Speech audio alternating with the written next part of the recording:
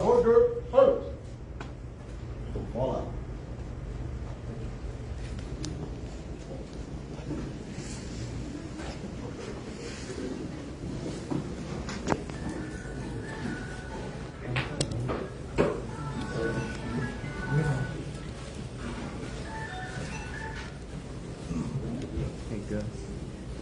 The room number? The room number? Yeah. You don't got a room number? I think you said it. Okay, just leave mine. 312. Good relatives, I'd like to greet each and every one of you a good day. I want to thank my older relatives, my older brothers, my older sisters, my good relatives that are over the 53 years old, that are older than myself.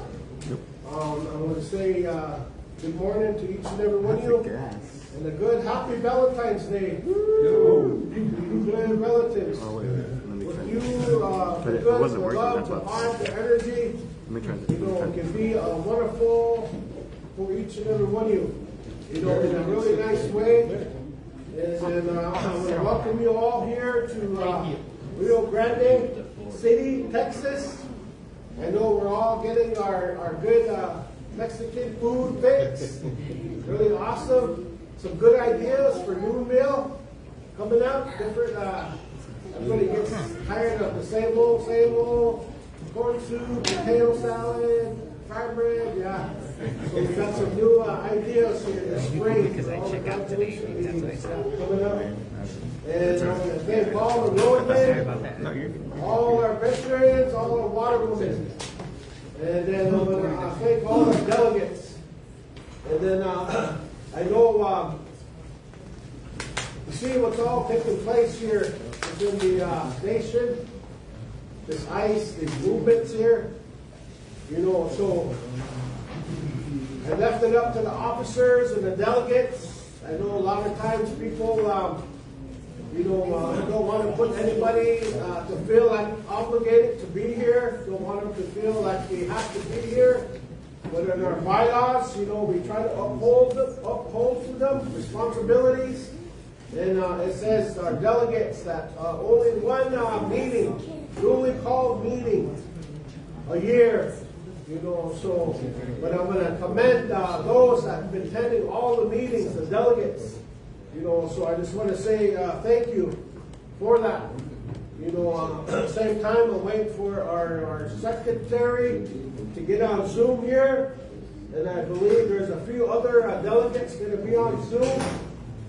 So I'm just trying our best to stay up with the social media, the technical support there. So at the same time, we're going live You know, just we try our best to be transparent, be accountable. I know a lot of our elders are able to make it over here.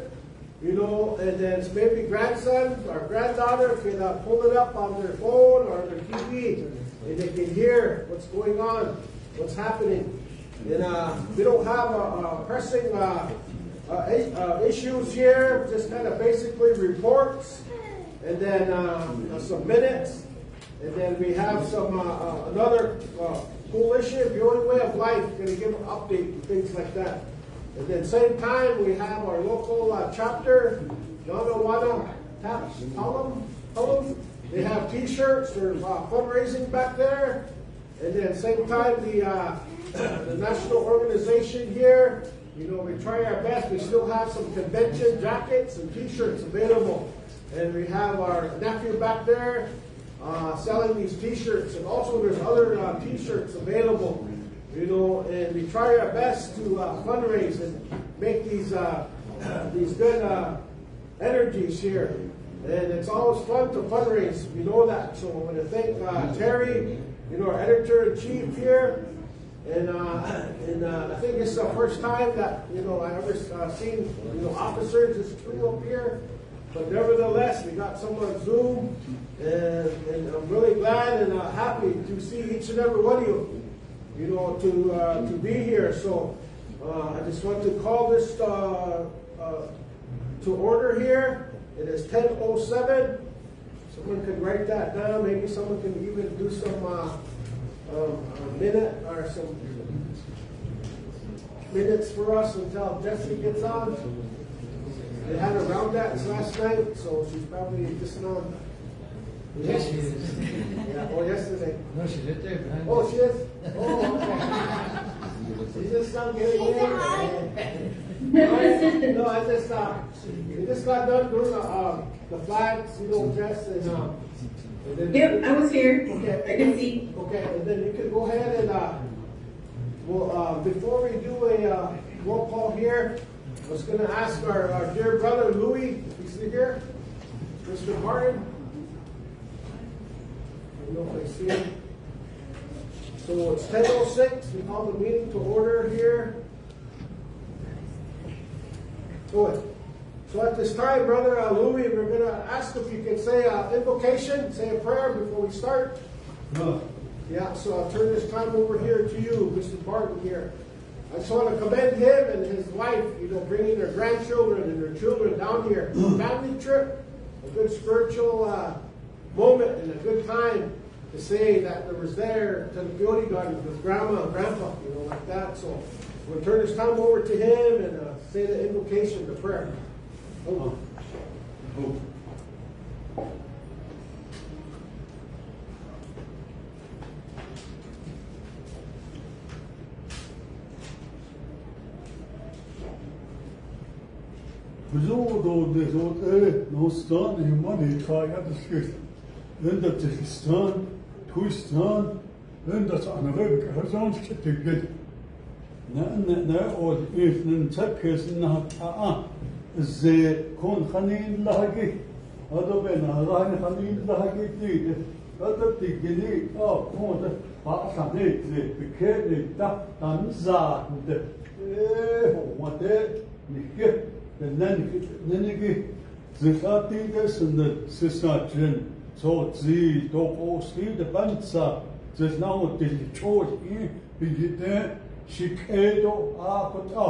From different states, from different nations, they came on over, put time aside and come on over, because they really have that belief.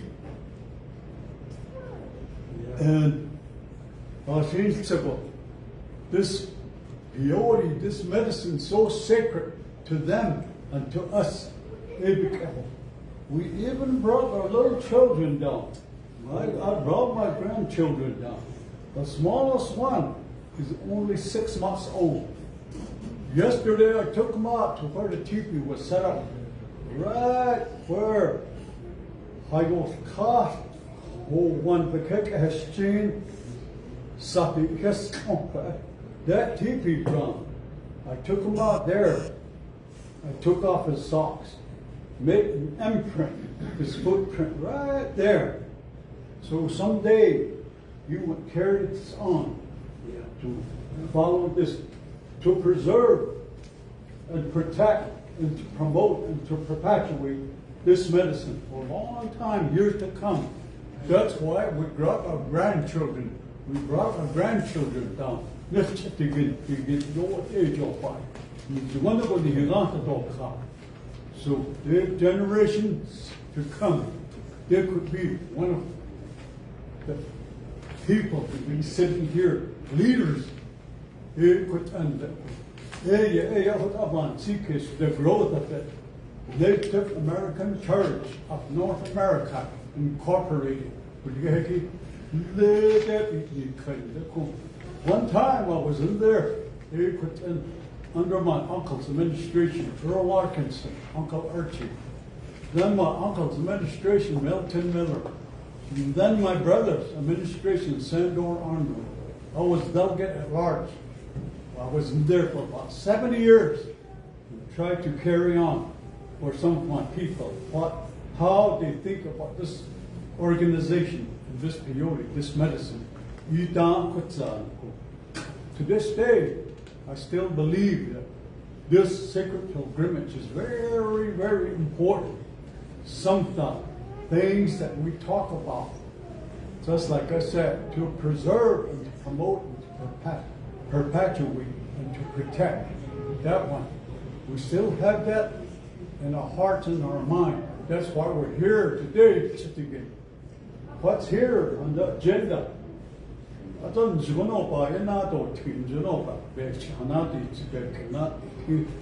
Where we can comprehend and understand some of the message, some of the things that we want to talk about. It could be instilled in our mind. In that case,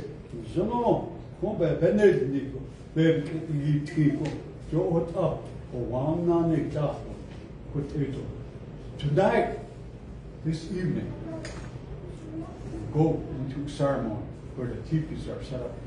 We could say our prayers, sing our song over there. Be reverent over there. Through that, we can pray for our leaders. My brother here, Honcho Brady, and his wife Rebecca, my niece, over them. Others, delegate at large, certain people that I know that are here.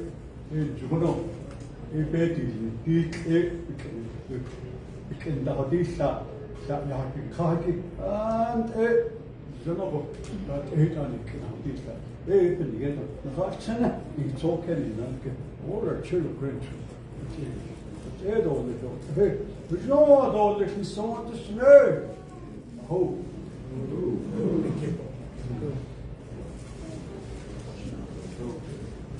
This one thing here, our good brother here, Louis, for his good expression, his prayer, and a good encouragement.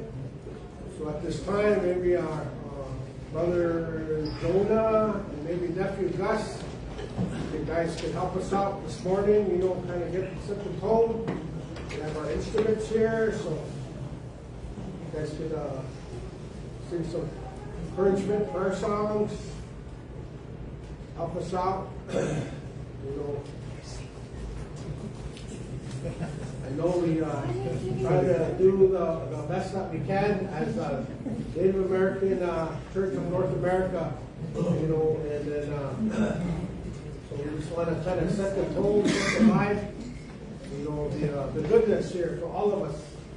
All these songs are being sung. Maybe we can all make a prayer, for all our relatives.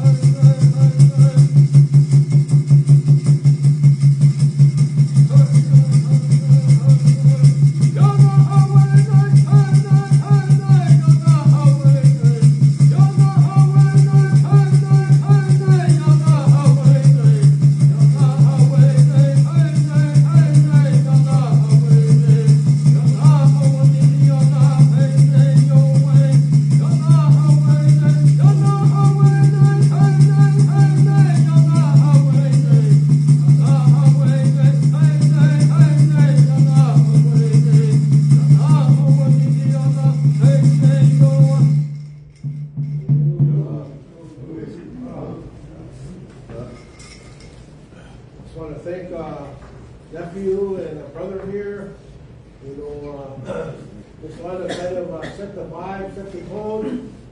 Not trying to be disrespectful or any type of way, shape, or form. You know, I know a lot of times we try our best to keep the good teachings going. You know, things like that. And at the same time, I heard one elder say when we come into this business meetings, kind of like the ceremony itself, you know, we gotta try our best to kind of keep the energy, the vibe going. You know, they always tell us, you know, if all possible, you know, at least put your phone down and listen, or at least don't be getting it up or down. Just like same way ceremony. I remember when I was get that good old scolding for the grandparents. You know, sit down, or you know, don't be going in and out, all those type of things. You know, so that's just good old fashioned teachings. You know, I'm sure we all had those uncles and those aunties, you know, things like that. So, so shortly here we'll have a roll call, but until then, you know, I'm just going off the bylaw how it's dressed in here. You know, so I'm not trying to keep jumping around here and there. So at this time we'll go to a welcome address, Mr. Texas Delegate at Large, you know, Isaac Godinez, Native American Church, North America. Turn this time over to him here. Te Ilmina, Kaweano, Latio Chief, Zing, Isaac Huckberg, on I want to welcome you to our homeland, to our place. We are the custodians and caretakers of the Holy Sacrament Medicine, Peyote, Baje, for a millennium, for a memorial. We also want to welcome all the executive board that are here, our delegates at large, and all of you that have sacrificed your weekend to come here. We're also announcing that we just had a soft opening on Thursday, and it was the Native American Church Central Office. We have a central office now, and hopefully I'll able to see maybe one day we'll have an actual building on the campus. So we're really happy about that. We actually have a place where we can keep our files, where you can call in, so we can be able to, you know, be a viable office.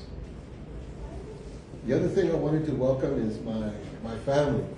Payaya, we have different tribes here, the Pagame, the Payaya, the Venados, we have a lot of different tribes. The Quawitecan nation is many tribes, many families. We also want to thank the Payayas. And my family, can you stand up so you can see how they're here for the Tuska? I used to be coming by myself. Come stand up, don't be afraid. Yeah, don't be scared. Yeah. This is our team that, you know, they help out with the soft opening, everything that I don't do this by myself. I have a team.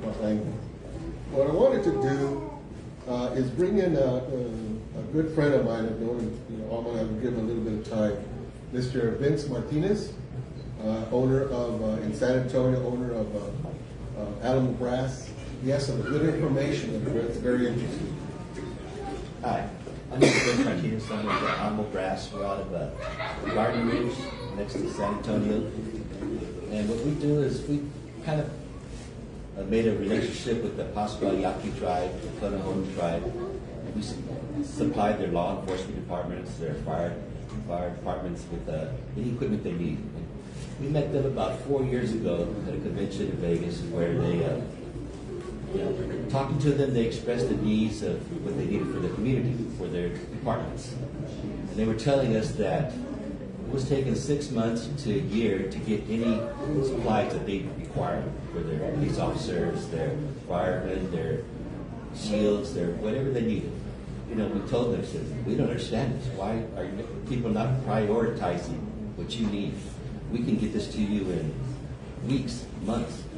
So from that time on, we developed this relationship with them, whatever they need for their fire department, their law enforcement agencies, their officers, their medical equipment, whatever they need, they ask us for it and we supply it for them. So I'm kind of reaching out through Isaac to try to find, other communities out there that experience these same problems. That they may not be getting what they need in time and fashion. They're not being prioritized. So you can reach out to us, Alamo Brass. We're in Garden Rouge, Texas, Just look us up, Google us, and we'll try to help you. I'll be in the back too with some stuff that Thank you. people that are here. I find it really interesting that these companies don't want to give Native American Indians the supplies that we need, the weapons that we need, the armor that we need. I wonder why that is. But here we have a champion that's willing to make a path for whatever you may have a weapon committee, you may have a fire committee in your tribe. This is a man that's going to make sure that anything that you need. Thank you. Thank you. Thank you, guys. So in closing, I had cataract surgery, so I will be joining you for ceremony for a while. I'll be out of commission for a while, but I want to thank every one of you,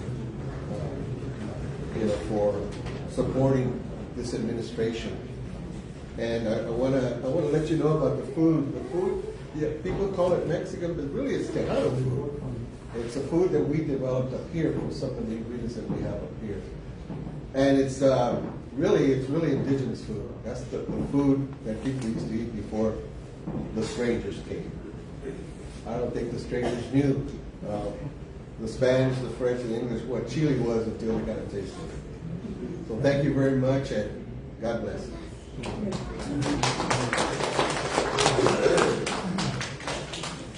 Just want to thank Texas delegate for kind of a welcome address, addressing all your good relatives, and then at the same time introducing our good friend over here, and all of his project, his business, and he wanted to share, with our people, maybe tribal leadership and things like that they could kind of pick up on some of that. So I'll turn this time over here to our secretary, Jesse. I just want to say thank you. I know, he wasn't able to be here, but nevertheless, I try to make it flexible, for our good officers and our delegates. I know it's just after the holidays, and then same time, I know you're busy in your community too. You guys are having some social doings over there. I think Grandma probably put you to work somewhere again, so. Always. I'll turn this time over to you. You can do a roll call. Okay. Good morning, everyone. I'm going to do a roll call here, starting with Arizona. Here, citizen for CQE, Art Harding. Let's see, Canada. Ronald Lehman. Henry Travers. Jonah Smokier. Here. We have Iowa, Frank White. Montana, Josh Seaton. Nebraska, Nathaniel Primo. New Mexico, Corey Dayish. Here. New York, Lawrence Thomas. North Dakota, Milton Beston. Here's then one delivery. One's filling in. Okay. South Dakota, Myron Good. And then we have Texas, Papa Bear. Here. And then we have Utah, Sarah Fanman. But I know that she's watching from Facebook Live. And then we have Wisconsin, Lance Long. And Wyoming, Richard Singer. So we have 6 delegates. And then we're going to go to our executive committee. President John Brady. Present here. Vice President Darrell Redcloud. Treasurer Elroy Watson. Here on Zoom. And Editor Terry Dayish. Here. And then we have myself, Secretary. So we have 4 officers and we have 6 delegates. Thank you. Okay, Okay, I just want to say thank you, Jessica. And then same time, I got a text call from Mr. Red Cloud. You know, he had some family, doings that he had to do. You know, and he's so he wasn't able to be here. Also to be on Zoom. You know, so we just wanted to make mention of that to your relatives. You know, reason why he's not on Zoom. You know, too, they're not here personally. So I just wanted to say that on behalf of, then I'm going to thank Elroy. I know Elroy's busy with his work and things like that, but I'm glad his mother made it, his mom, you know, and then she made it here. So, okay, we'll go down to F, approval of the agenda.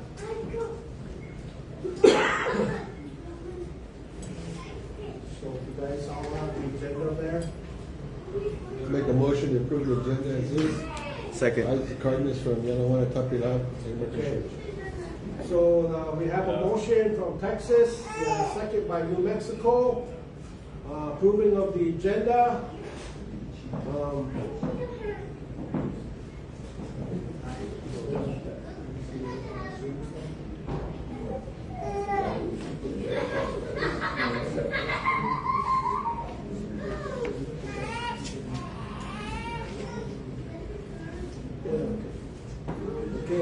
So we have a motion, Texas, second by New Mexico, all in favor?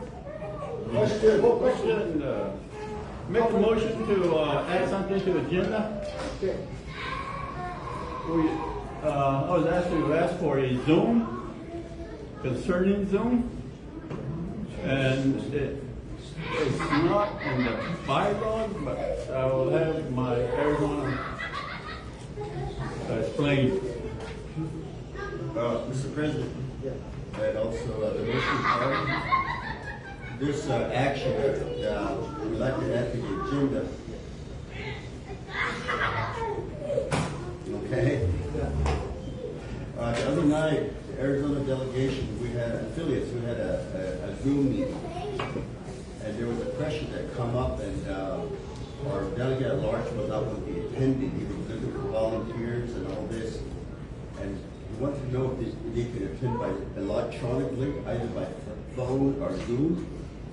And the treasurer said there's nothing in our bylaws at that time, but our treasurer's from Arizona. So, what I interjected there was I said, with the different scenarios developing, I believe we need to take a position like this delegates meeting where you approve that people can attend electronically for votes and quorum, very critical. And that's why I beseech my delegate at large here to put it on the agenda. So when we go down to the meeting, even with the North American executive meeting, some people can, officials can attend by electronically for the meeting to go along.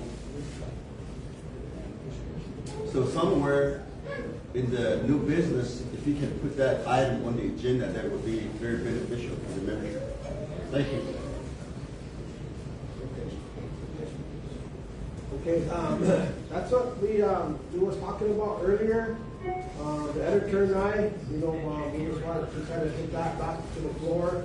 We was gonna, if you guys wanted to make a motion, I know like he was, Arizona mentioned that I don't have it in our bylaws. So yeah, we can, but we all know June is the final say, and we're just here. We can make some proposed, ideas and amend, these bylaws. So I guess we could, however you guys would want to address that. Yeah, maybe just, we could just approve it for today, if that's okay, and then we'll move forward.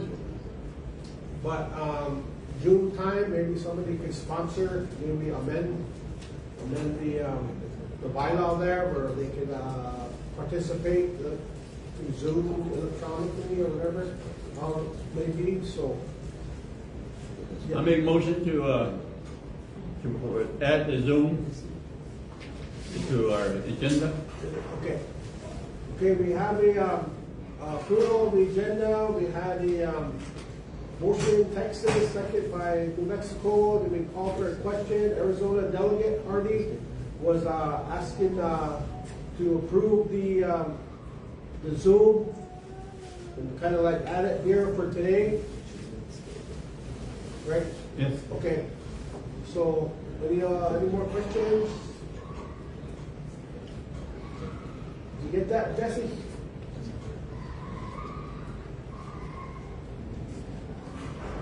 Yeah, so I have a motion by Texas to approve the agenda. Second with New Mexico with an amendment by Arizona to allow delegates to attend via Zoom for today's meeting. Okay. So, and then we need a second for that with That's notice? all right. Yes. So we need a second. Well, we did a motion to approve the agenda. New Mexico seconded. Arizona wanted to add the Zoom for today. Does everybody understand that? Yeah, pretty much. And then we have a second by Canada. All in favor? Is that right?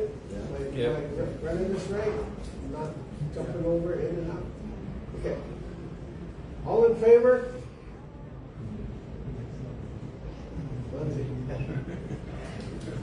Okay. Okay, we have 4 in favor. Those abstain? You have people from, I don't know if you're counting those Oh, people. yeah, okay. I forgot we have Zoom. Sorry. Jesse, can you see everyone? What's that? Can you see everyone? Can you take the count again? Okay, those in favor, so raise your hand again. 1, 2, 3, 4, Owen, 5, Elroy, and myself, 4, 5, 6, 7. 7. Okay, those opposed, abstain, 0.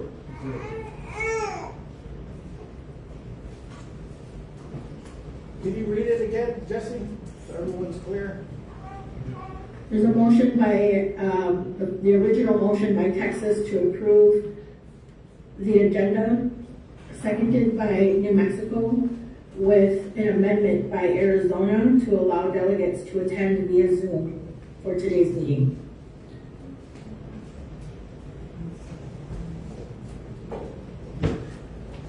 Yeah, then we had a second of that from Smoky Day, Canada. I think the amendment just needed to be, okay with Texas and New Mexico. Because that was the original motion. What was the So vote? if Texas was, and New Mexico were okay with the amendment, it doesn't need a second, it just needs the original motioner to approve it. Okay. Okay, what's the count then again? It was 7 in favor, 0 opposed, and 0 abstained. Okay. I forget you're on Zoom, so I'm trying to multitask here. So, is everybody clear? Everybody have a good understanding of that? Okay, thank you. Okay, we'll go down to G, approval of previous minutes, 2025 mid-year minutes. Last year, I know you guys kind of looked over that, maybe, hopefully.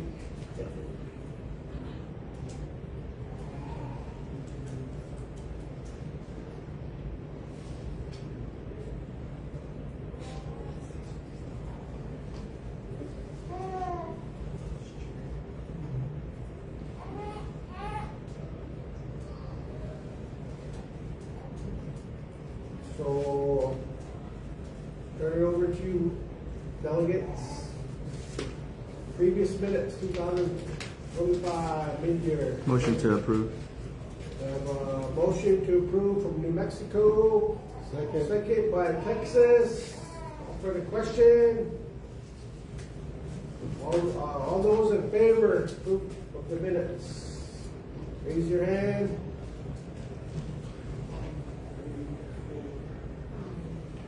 Jessica. 6,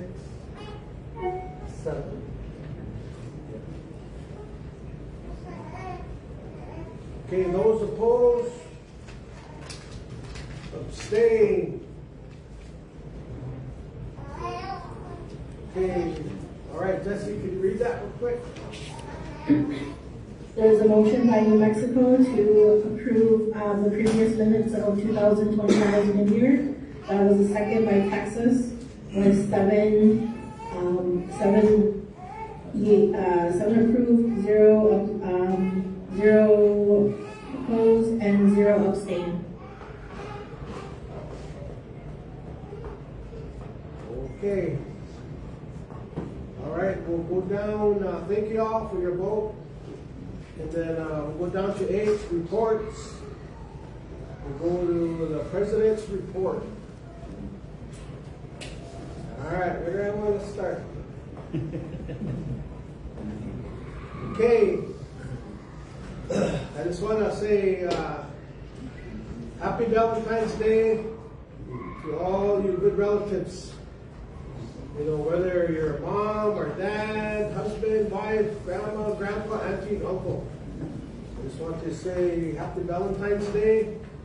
Also to my beautiful wife, Rebecca, happy Valentine's Day. You know, she's FaceTiming the grandkids right now. She'll be down here shortly. And I just wanted to say thank you to Jonah and Gus for singing the encouragement prayer songs. Also to our brother Louis for the prayer. I want to thank you very much, you and your wife, your children, your grandchildren, for being who you are. And then same time too, you know, it's encouraging to see our older brothers, you know, travel, move around like you do, brother. I appreciate that. You know, it's encouraging, you know, to the older relatives, you know, to see that. And same time, you know, our uncle over there, Wilson, he sent his good regards over here, his good wishes. And then I just, most of all, I want to say condolences to all those that lost loved ones. You know, from the last, from last mid-year Texas meeting up until now. Condolences to the families. Also to those that are serving in the services, and those and our elders. I want to thank you all for always, you know, making acknowledgement to the church, and also always making your encouragement, whether through a call or a text. And then, you know, as the president of the organization, I'm really thankful. I'm really glad and happy that that we try to do the best that we can. You know, try to live up to our duties and responsibilities. You know, in these bylaws. You know, and then at the same time, I'm learning too myself as we're going. And then same time, it seems like it's just a lot of common sense. You know, how we want the best. Yeah, yes, we all want protection for this medicine. And then where it grows in a natural habitat, you know, things like that. And for the future, you know, we want our children, you know, we don't want them to know that it's going to be okay down the road. You know, and then same time, hopefully you all been following us on our Facebook page. You know, everything that we do, we try to go live, or we try to put statements out.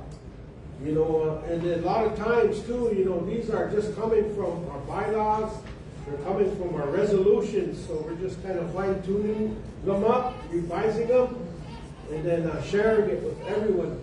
You know, I know a lot of times, you know, some of these words kind of get difficult, these Western, these education words, you know, sometimes it's kind of hard to understand, you know, but I'm really glad and happy to have a good executive team and officers, you know, like Mr. Dash here, and Mr. Watson, and Jessica, and Mr. Red Cloud, and then our legislative chair, Mr. Wilson, and then same time our legal rep, Mr. Justin Jones, Purple Wave, You know, and I'm really glad and really happy that all we're doing is doing the best that we can for all of us, for you, your family, your chapter, you know, things like that.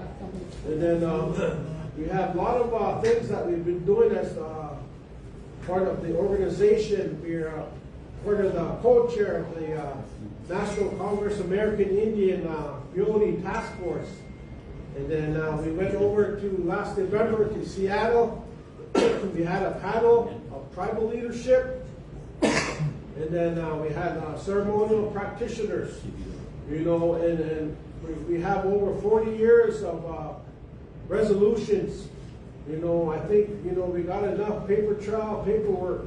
I think now it needs to be implemented, you know, but by tribal government, you know, to get it across the finish line. You know, just like yesterday, Mr. Wilson was saying, you know, we're in for a long marathon, you know, barely getting to first base, you know, so we're trying our best to keep the organization. You know, when I got in this position, you know, it seemed like it was about ready to sink. Kind of felt that way. You know, we almost got dissected. You know, it kind of felt that way, you know, to me. But nevertheless, you, the delegates, you, the chapters, you know, made a vote, constituent body to make some votes, make an election, and then here we are. You know, we're going on our second term, and then I'm trying to be productive as possible. You know, so for those that are in a few years that are getting elected or nominated, I really want you to think about it. You know, this ain't just a position, just when you want to be at mid-year, at quarterly, at June, then yeah, you want to be an officer. If you really love this medicine and our way of life, you know, you make it a priority, you know, all every day. You know, even, yes, we have jobs, yes, we have family, yes, you know, we're obligated with our community, but, you know, we got to be consistent, you know. So I just want to say that. I got a lot more to say about that, but when that time comes, I'm going to address that, you know, as well. And then I'm preparing a strategic strategy, a plan, you know, for the next ones that are going to be coming up, you know, so that way they'll have a good avenue to go. They'll have a good, you know, foundation. You know, we don't want to be reinventing the wheel. And the tough thing about legislative in D.C. is by the time we get something across, boom, they get detailed to somewhere else. And then there we are as an organization, have to start all over, and it's kind of like, we sound like a broken record, you know. But that's how it is. And they always say this beauty, this road of life is tough. It is. You know, but at the end of the day, you know, it's rewarding. You know, it's rewarding where somebody got a good promotion, somebody got good news from the doctor, or however it may be. You know, so we all can make this organization good as we want it to be.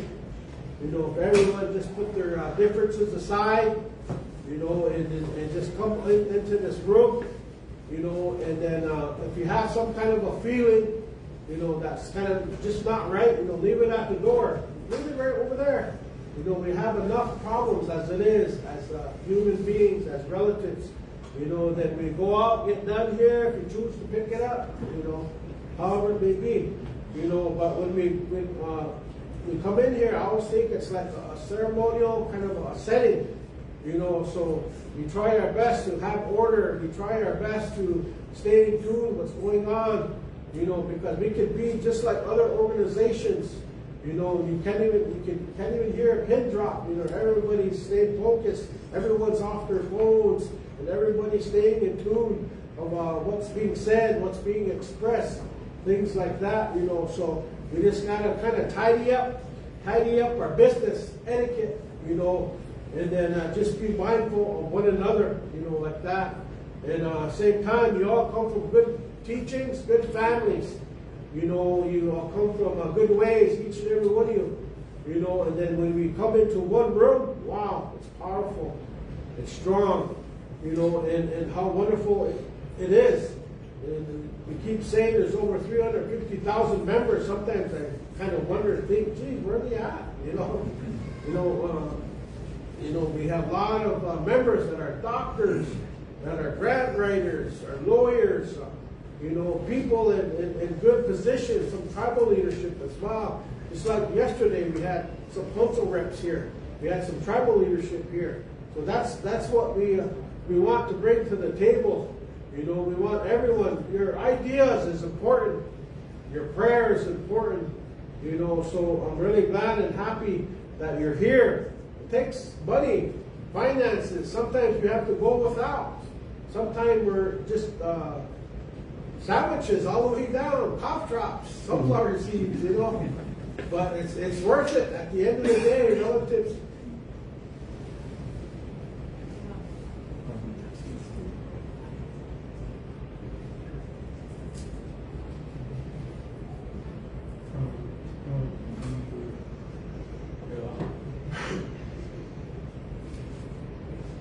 Because we want the best for the future, for our children. We don't want them to be,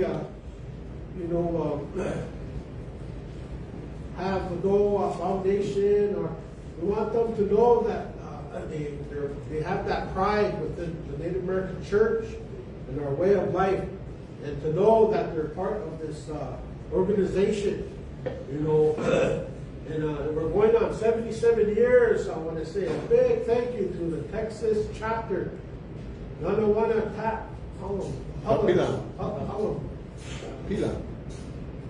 For awesome, a few days ago, event that they took. So took upon themselves that we have an office, and then possibly they're ever going to get 300 acres.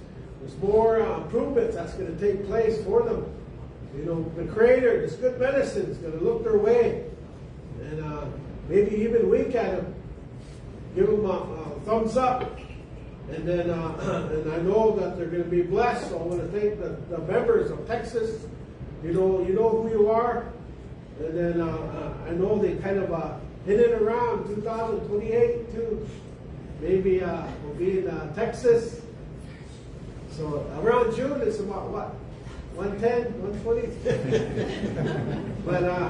But I know you guys are, that's where we're going to find out the true NAC members. We're going to find out, But nevertheless, I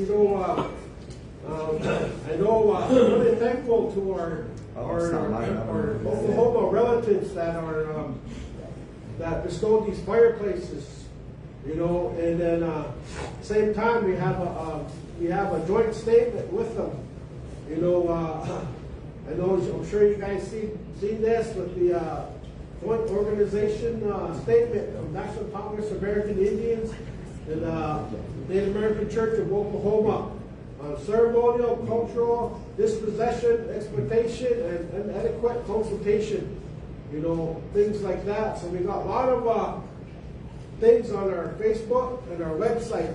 You can go to nacna.info. I'm really glad and happy that we're kind of getting kind of updated, things like that, trying to be savvy like other nice corporate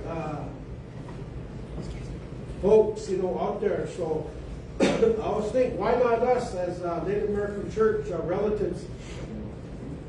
So I also want to say thank you here to our legislative chair. He went to D.C. I was supposed to try to make it. I couldn't be there, but we drove down here, my wife and I, and nephew. At the same time, we got to get some medicine and things like that. So, and then, but nevertheless, we had a good task force over there meeting.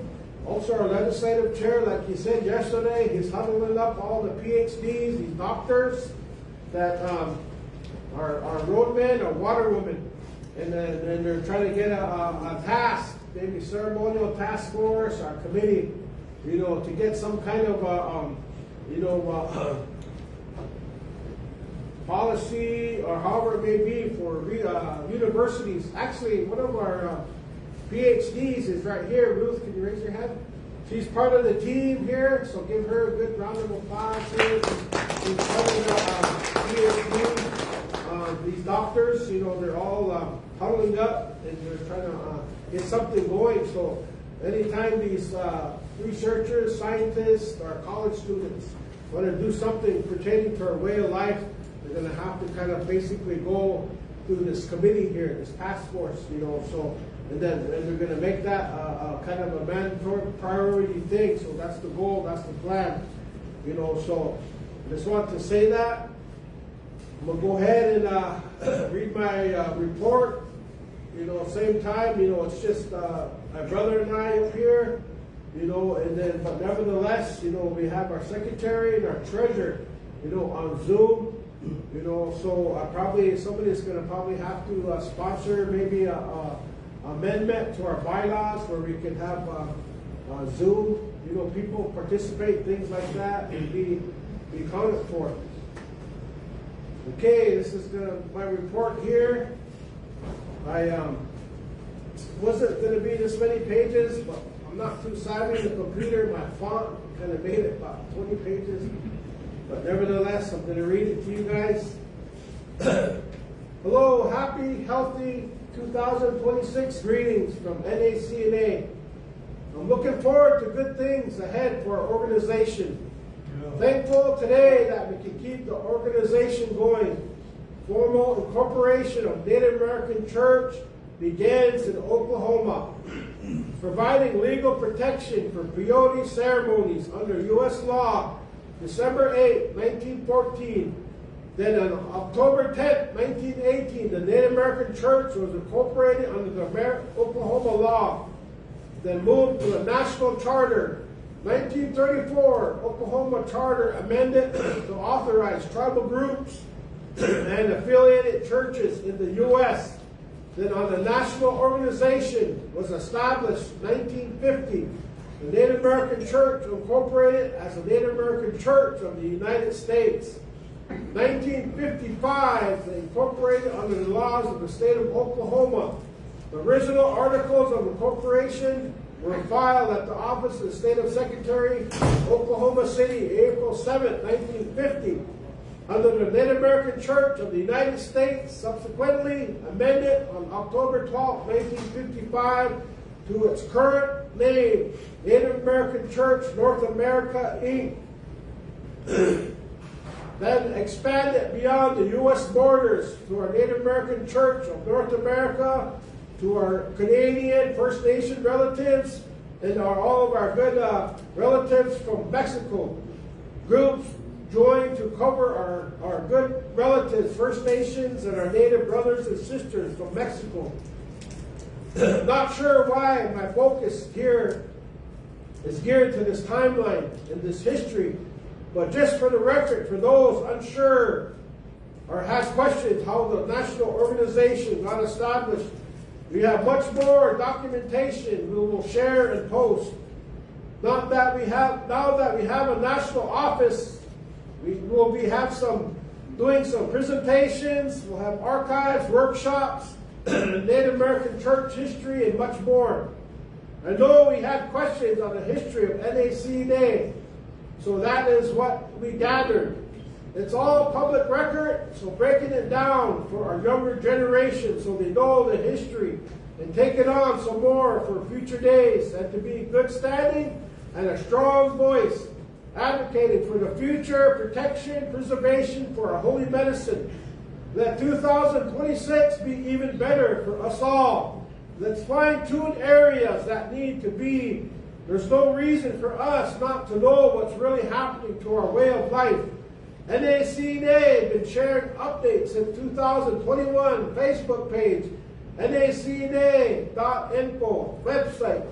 Now, NACNA headquarters, San Antonio, Texas. The Native American Church North America would like to address and the clarification on ongoing confusion surrounding peyote decriminalization efforts and the proper use of the native people and ceremonial references to try to advance those efforts. NACNA does not support the decriminalization of peyote and mescaline. It is federally protected. Peyote and mescaline is the same. You can't separate them. Sacrament, whose survival depends on limited access, strict cultural protocols, and stewardship by native tribal peoples with long-standing ceremonial responsibility. We all know the efforts that are going on trying to decriminalize our peyote/mescaline directly threatens its habitat, availability, and the integrity of Native American church ceremonial way of life, or ceremonies. NACNA is aware of those involved. It's not too hard to figure out. Mainstream interests, funders supporting the multiplied peyote decriminalization initiatives, publicly available materials, campaign communications, and nonprofits associated with these initiatives indicated a coordinated effort to include peyote within a broader drug policy and plant medicine reform frameworks. NACNA must be clear: the participation of individuals, Native persons in any decriminalization campaign does not constitute authorization, consent, endorsement by NACNA, by Native American church or tribal nations whose people carry peyote as a sacrament. The use of Native individuals, Native imaginary, or ceremonial languages as a front to legitimize peyote decriminalization is misrepresentation of Native tribal consent and sovereignty. NACNA has never authorized individuals, funders, or any nonprofits to speak on behalf of Native American church and our way of life. Ceremonial practitioners' interests to include peyote in any decriminalization framework. We formally reiterate, peyote is not a general plant medicine. Let me say that again. Peyote is not a general plant medicine. Peyote is not a drug policy issue. Peyote is not available for public experimentation, commercialization, or political reform movements. NACNA kindly calls on all the decriminalization campaigns, funders, and those advocating for it to please remove peyote from their efforts and cease using Native people or Native American church references to justify these initiatives. So basically, we all know the energy out there. So basically, those are our brothers or sisters. They're kind of like under like a spiritual kind of, what do you call that? Traffic.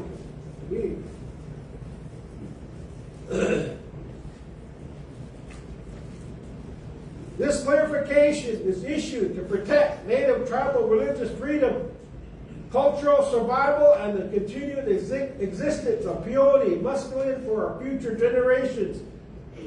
You would think there would be some consideration for the national organization.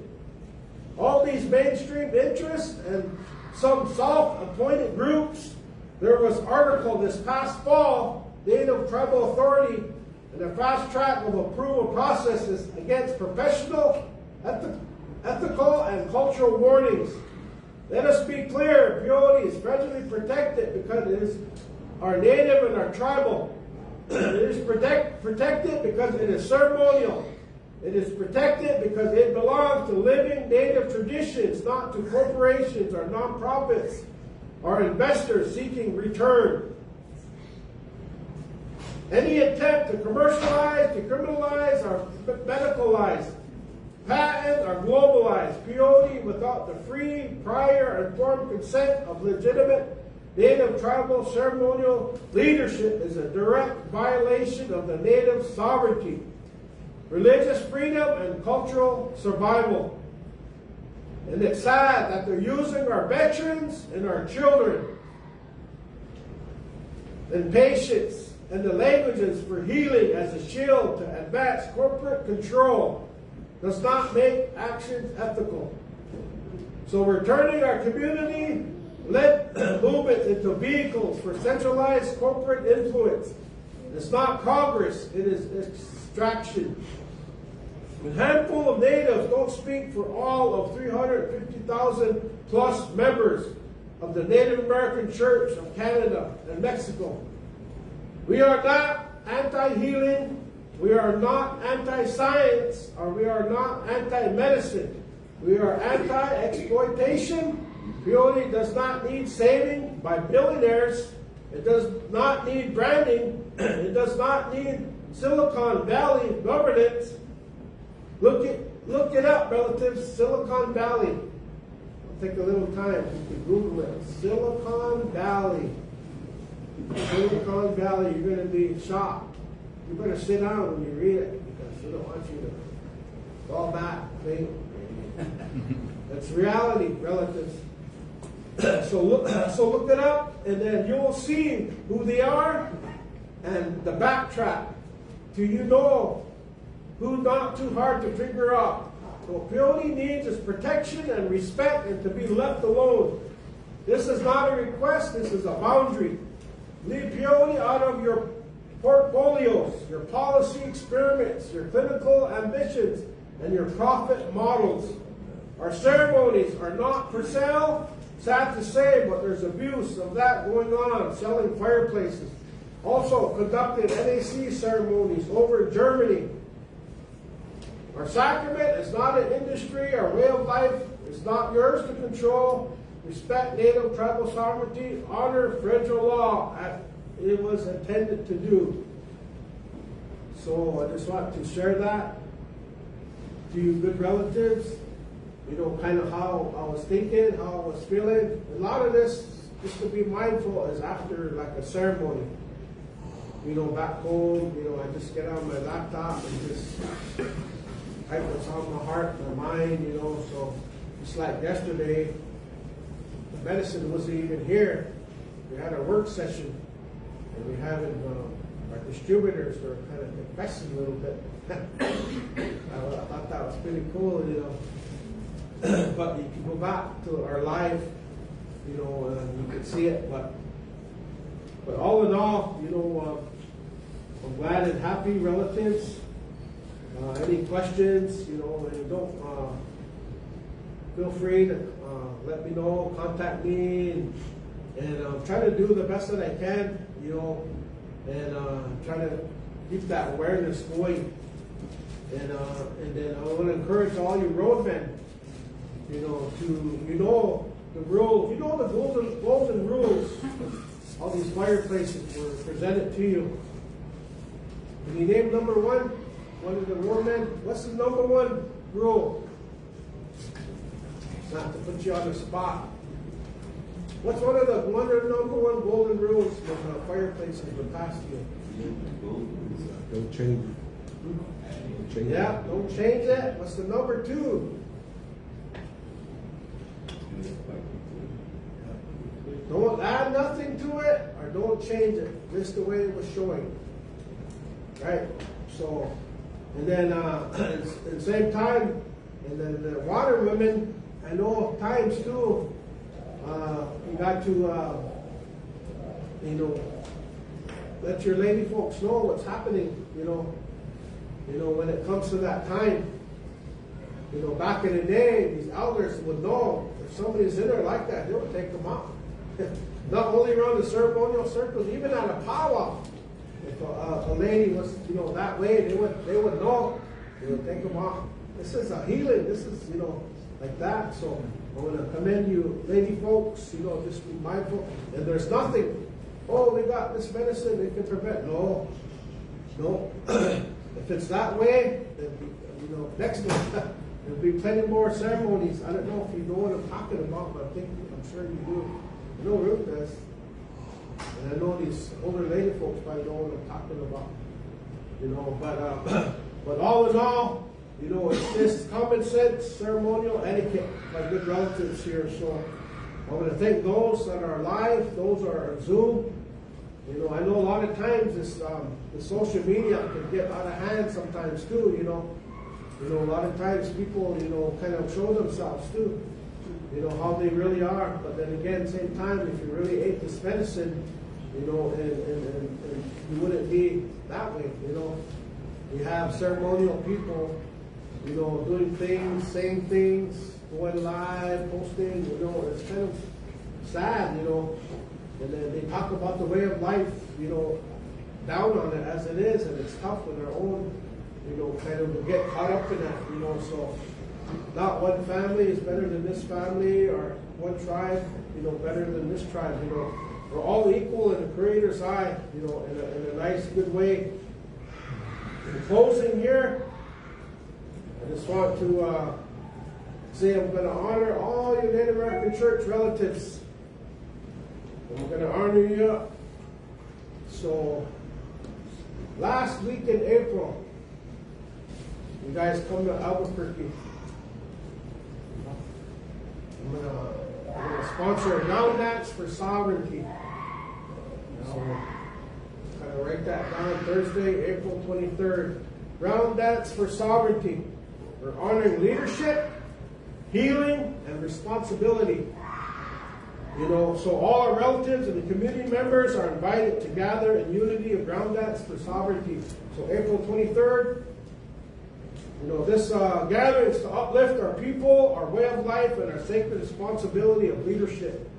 We come together and support our Native American Church, North America advocacy, and the protection of our spiritual ways of life. Remind our tribal leadership of their duty and responsibility to the people, the land, and the future generations. Promote healing and wellness. We also have another collaboration with another group, some good relatives, called the Healing Spirit Productions. You know, and that's going to take place. So that is as encouraging men's healthy living, healthy lifestyles, you know, and positive role models in our communities, and stand united with our good relatives, you know, from our Purple Wave movement that's going to take place, you know, and our leadership committed to serving the Navajo people.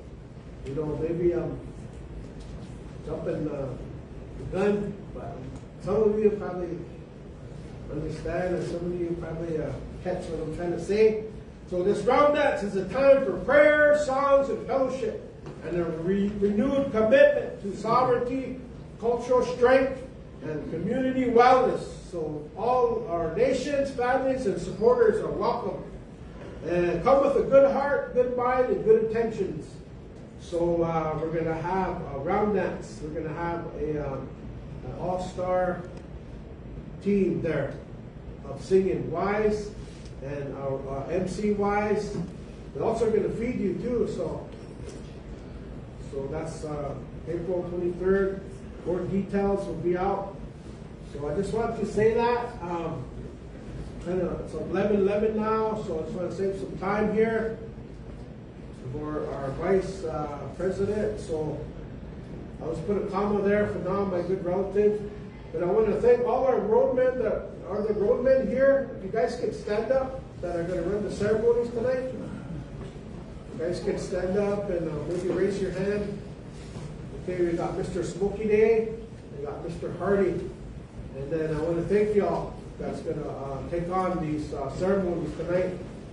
And then same time, you know, we had some other relatives are probably making preparation, you know, things like that. So I encourage everyone to probably get there early if you haven't been out there yet, because Beauty Road, you know, it's a good road. It's a good road to go. But I want to thank the Morales family for opening up their ranch, you know, things like that. So, and then, you know, I got a lot of, if you can get your emails, maybe we need to have, we can send all the stuff that I'm sharing with you. You can take it back home. But our delegates, you know, they're the responsibility to share all their information, what they receive here, quarterly in June with their chapters within their respective state. You know, so I just want to say that.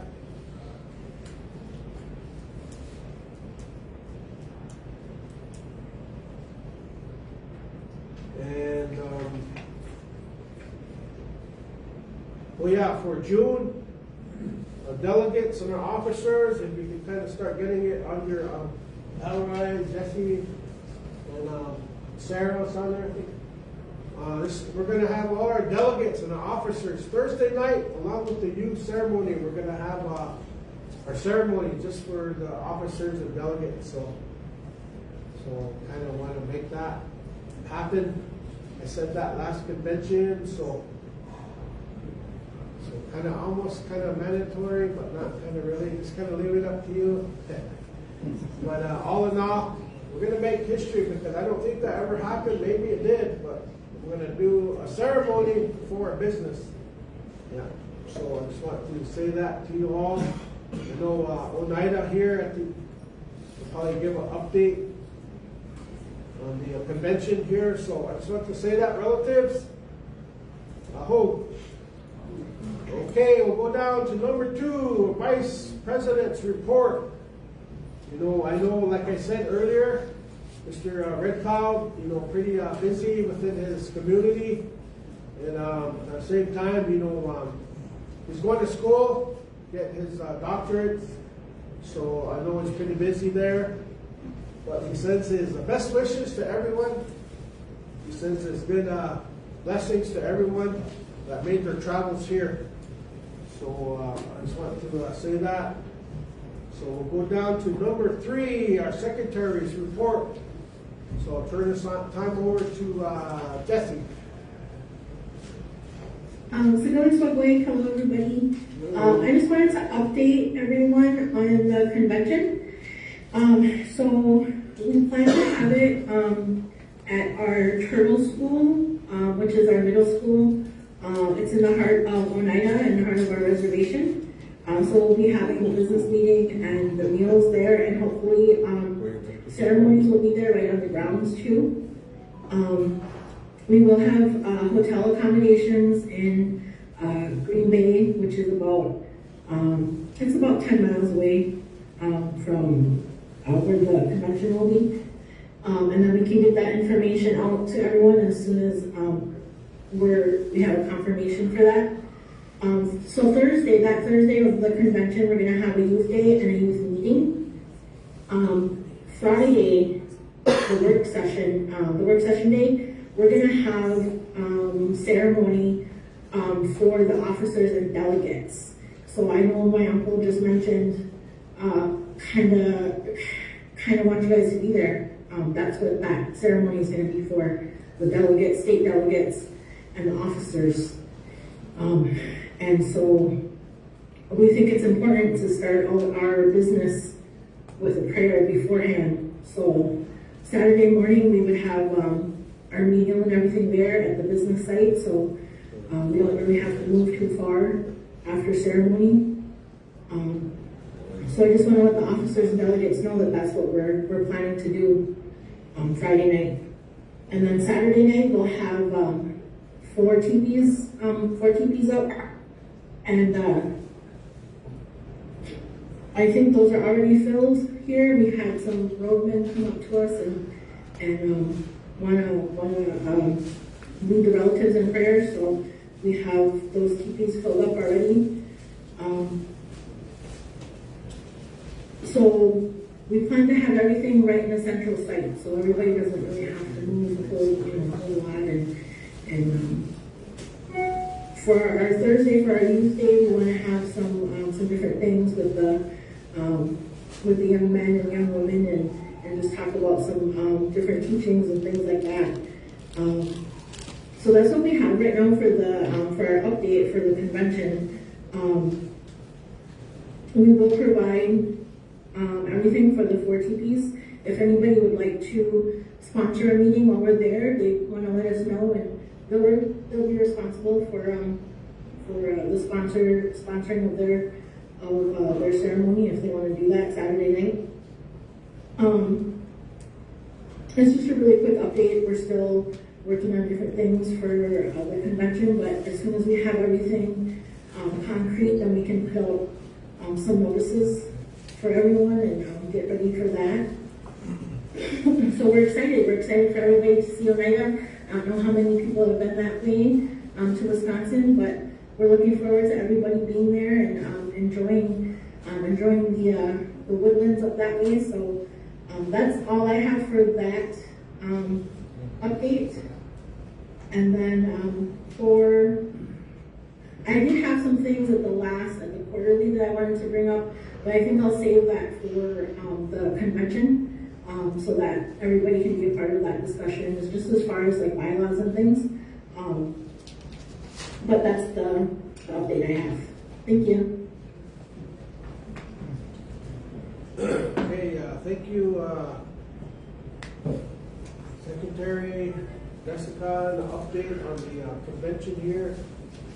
And then I know we're all looking forward to that. And I know you'll get more information out here soon and kind of save the date flyer and then actual flyer, things like that. So, and like I always tell the host, we can make the convention good as we want it to be, and then have that good vibe, good energy, I just want to say thank you to the NACNA chapter for hosting.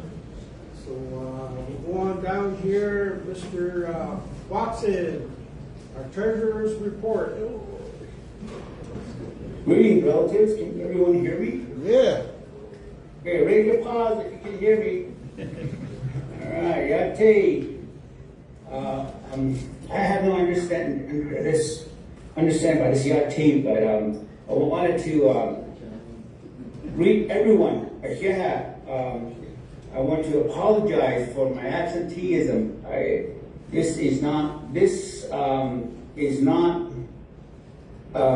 what do you call it, an ideal way to be a representative. I apologize for that to all the members because you mean so much to our church because you are the Native American Church of North America and you deserve better treatment than what I'm providing you today. I'm sorry. I want to thank the Yanaguana Tapala Native American Church of Americas. Appreciate the support and the sharing of information about your opening. I really was very looking forward to Mr. Cardenas's enchiladas. It was right down to the last minute where the trip just fell through for us and we just couldn't be present with you. So I'm very honored to be a representative, even though I cannot be there with y'all in the physical. So what I'm going to do, Jessica, can you please help me share my report? I really don't want to take up much of your time because there are very important people who have more important information than I think I sent you the presentation.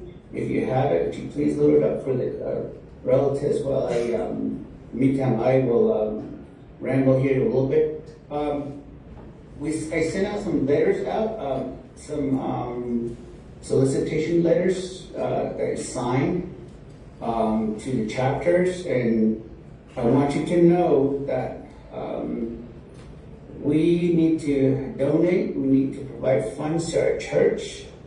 The term cards, the ID cards, are only purchased every 3 years. And so our church right now is needing some fees because I was thinking, man, I could have just got out yesterday, drove out last night to Phoenix, and then got on the Southwest. It would have been in San Antonio, drove and be there with you physically. Or I could have got on a plane in Flagstaff yesterday after work, and then got off at McAllen Airport and drove in this morning. So, all these little things come into play. So these are very important. Mr. Brady, Mr. Days are there on their own financial resources. I want you to know that. And as well as I'm pretty sure Delegate Days and Cardenas and Mr. Hardy are all on their own financial resources. So there's a lot of dedication, as well as my nephew too, Juan. So, you know, they make these journeys, they make these trips, and it's all in-kind service, and even to pay for gas money one way. You know, I'm still waiting on the gas prices to fall over here. They're still at the pre-Trump gas prices. So they want to make it political, and I'm sorry for doing that. So as you will see, I did a presentation at in Denver, and I did a kind of like a sheet where I had the American Indian Religious Freedom Act of 1978. Then I did one for REFA for 1993, and then for 1994. So I tried to put them all on one page so we can just use it as a guidance reference to understand, because one of the biggest issues that we have right now is understanding how we navigate this thing. Our predecessors, the Truman Dailies, the Ted Strong, Reuben Snake, you know, them people, Douglas Long, Emerson Jackson, all these people are very intelligent, that they were able to formulate a process. So we wonder, why does it say NACNA and substance abuse control? So, and I'm the presenter. Go ahead, Jessica, if you can scroll. So the purpose of this is to start a discussion. When I had an initial discussion with President Brady, and we were talking about, so what are we going to do now? It seems like we lost the White House support, and I'm not sure if we ever had a White House support, but we lost it. And not sure because we were supposed to have an executive order, and it never came to pass. So that's the discussions part. So that tells us where we are on the White House list. So there's no one to save us. Prayers and reverence is all that we have in our corner. And the other parts of this whole equation is the discipline that goes with it. And this a while ago, I heard the president talk about keep it the way it is. Don't change it, don't add it, keep it as it was given to us to our future. So as we go, we are today, February 14th, happy Valentine's to everyone. Thank you, and bless your hearts, and God bless you. So I want to provide some clarity about peyote exemption use for federal recognized enrolled member in the bona fide ceremony. And then to recognize the latitude the Native American Indian Religious Freedom Act offers peyote exempt provision for Native American Indians, and to see the Drug Enforcement Agency regulation enforcement process. And the last one will be blurring the line. Go ahead, Jessica. If you have any questions, you can, just to let you know, I think this is older than most of the delegates at large. This act was 1970. So about maybe 5 years old. So, what?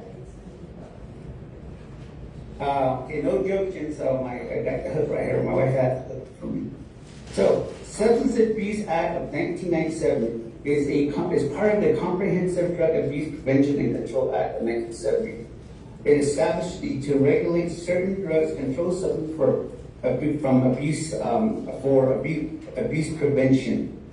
And the United States Attorney General delegated the Drug Enforcement Agency to the authority to add or remove substances from schedule based on scientific evidence, research. So you'll probably know all this stuff you hear about, pharmaceutical, all this kind of research is going on. That's the reason, that's how they control it. So this gives us an idea actually who controls all these things. So it's the DEA. So DEA is a big part of this thing. It's also for public health.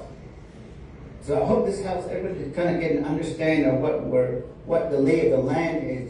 The DEA works with the Food and Drug Administration to ensure the controlled substance compliance. It was used to curb the drug problem in the United States in the 1960s. It has also unified the whole process of different laws govern drug laws, and they were all put into one manageable enforcement system. So, and then it was aligned with the international drug treaties for drug compliance, drug policy compliance. Go ahead, Jessica. So, the Drug Enforcement Agency, they have a system called ARCOS, and we had a meeting the other night and with our affiliate chapters in Arizona, and I talked about ARCOS, and it was, okay, well, what is ARCOS? What are you talking about? So this is the way, this is how everything is under DEA. Okay, so the point that they take care of, they regulate is manufacturing, the distributing, the dispensing. This applies to the researchers, the universities, the pharmaceutical companies, the medical facilities. When they give out all of these high, very toxic, very narcotic drugs, and they dispense it, they have to follow these regulations, including the peyoteros. So these people, they have to account for every piece of the peyote. Let's say a good example that was shared with me was a peyote. They harvest a peyote, and then once that one, let's say maybe over maybe dollar size, and then they cut that up. So that one turns into maybe the number of times it was cut up. So that becomes an inventory. And that has to be accounted for. And that has to be reported to the DEA. So that's a lot of work under the DEA. So go ahead, Jessica, go to the next one. This whole presentation, everyone, is for our information to understand what we're talking about. When some of our relatives, they ask all these questions, and boy, you know, we need some training, and we have these support and ideas to explain to them, and the best we can. So there's three things under the American Religious Freedom Act. The first one is 1994. So the member is for members of a federally recognized tribe. You have to have an enrollment number, and for bona fide religious use only. That's under the era from 1994. Under 1978 is the inherent right and the access to sacred sites. So, and then further on you go to the Religious Freedom Act of 1993. That's where states, governments cannot question a person's religious practice. So these are all governed under the Religious Freedom Act. So if you can go to the next one. So if you look at this, so now does everyone understand that we're under the Substance Control Act of 1970? That's where the exemption comes. So you see a line right here, a vertical line. You see that blue one? That blue line is separated there for a reason. If you want to work with the drugs and you don't meet the criteria for American Indian to use it under the American Indian Religious Act of 1994, you're on DEA side. You have to do all these things. The manufacturing, dispensing, and all. You have to account that. You have to report yourself. You have to have an ID number in order to handle that. Okay, it's really quiet. There's no one here, no one sharing. But it's okay. So, and then you look on the other side. You see, even a hoe is good, you know. Oh, yeah. Oh. So the other side, you see the American Religious Freedom. That's us. Look at how much we are regulated. If you look at all we got to do is we have to have a membership, a federally recognized tribe, and we have to have a number, and we use it for bona fide ceremonial use. That's our criteria. And then we have an inherent right to do it. Under 78, we also have access to sacred sites. That is for us. That's who we are. What we are under this act. So Jessica, go ahead and go to the next one. So blurring the line. Why am I saying blurring the line? And I think I see Mr. Frank Dage on the agenda, so I'm pretty sure he will talk to you about this thing. So you see on one side, you see the Drug Enforcement Agency. That's all the stuff that they do. That's all included. And then the other side is American English. That's us. So in the middle, if we continue to go across that line, a long time ago, the Comanches in Texas, above and around Fort Worth, Dallas area, there was a part that had like an Indian safety zone. So what they would do was they would raid all the settlers, and then they would do the Indian way. They run over to the reservation line, go over that line, and then the white people couldn't cross that line. So until that day came when their cavalry got involved, they were allowed to go over into the Indian land and kill out all the Indian villages. That's how the Indians were rounded up and put on reservations. So if we continue to do that, now fast forward 2021, 26, you fast forward today, that line, we keep crossing it to the other side. DEA, we want to be conservationists. We're putting ourselves under DEA. How will that impact our behavior for the laws that are Public Law 103, 131, or Public Law 344? Who's responsible for that? Who is charged with it? We don't have to fight for religious rights. It's already done for us. So what will happen to us? What will happen to the future that we're talking about? What will happen to our language? Our other ceremony? This is only the inception, everyone. This is only the beginning. There's other traditional medicines and herbs and stuff that our tribes still have. There are ways, the language that we use to address the medicine. The law is set up this way to my understanding because the U.S. government and its citizens who are non-Indian don't understand the difference between medicine and drug.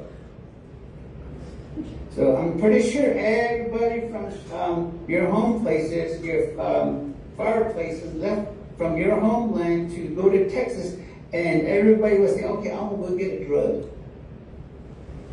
Okay? Everybody left their homelands thinking, we're gonna go get some medicine. We're gonna bring that medicine to help our people. So that's the difference between the two mindsets, if I'm making myself clear. Does everybody understand that? Yeah, I hope. Oh. Okay, good. Next one. Jessica, please. And discussions and questions.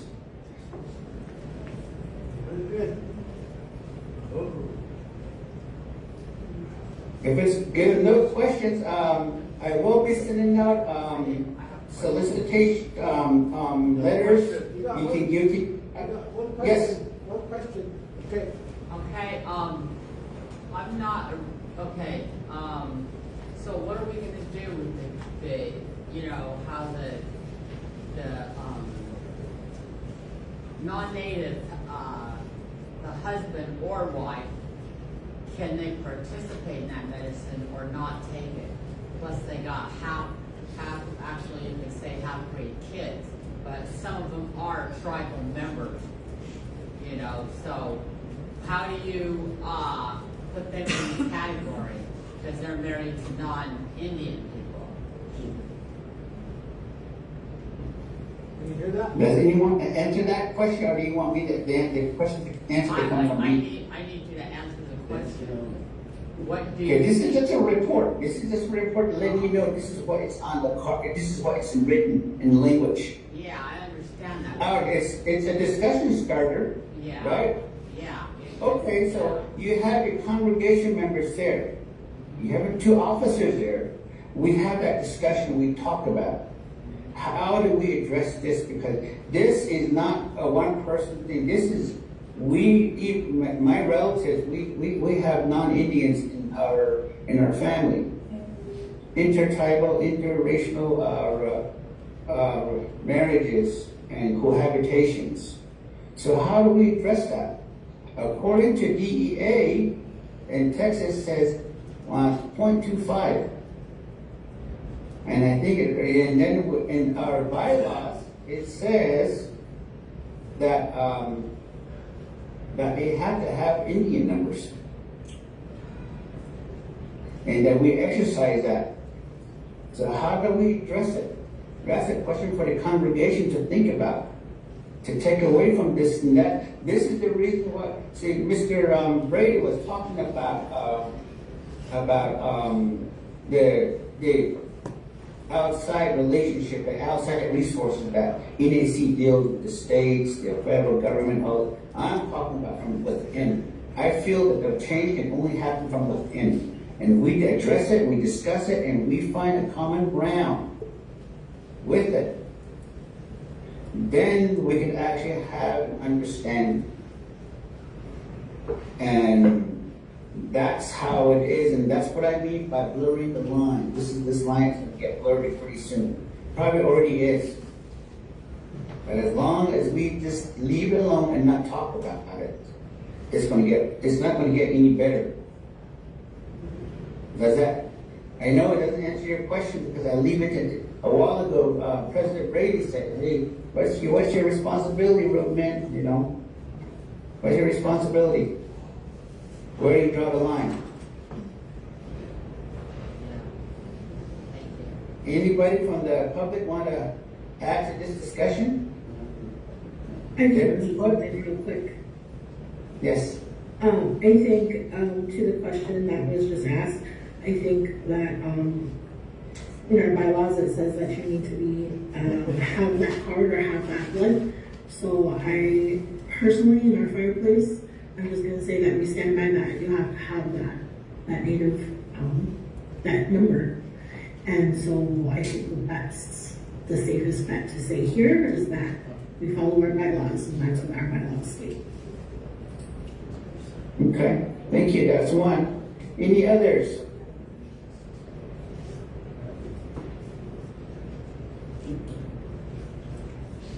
Because you don't have to think about it all. So if you talk about it here, you don't have to think about it all the way back to your home places. So this is something that the delegates at large can take back.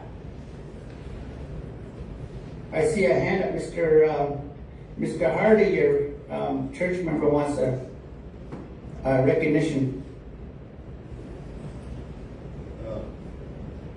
Thank you for asking that question.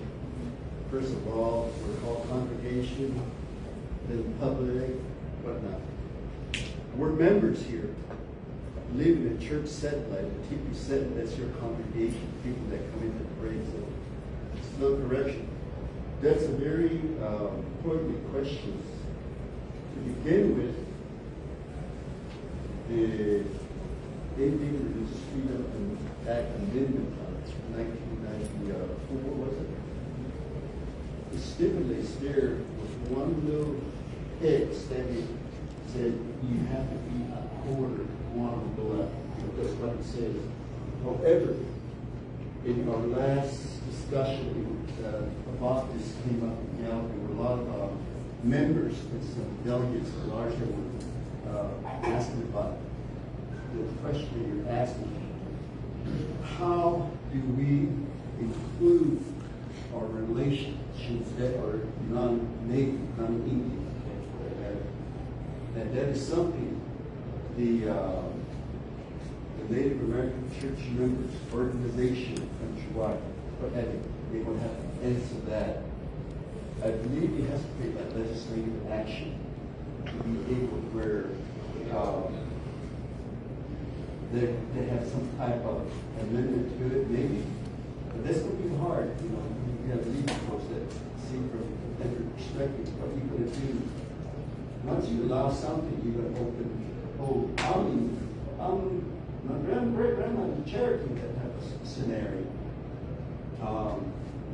However, but you really look at it, and so for the membership of the officers too, is that when you have non-natives that are family, in-laws, okay, our children, grandchildren, if they're half or quarter one, well, they're okay. It's the in-laws, they are fully non-Indian. My observation, and oh, I'm sorry, I moved it back.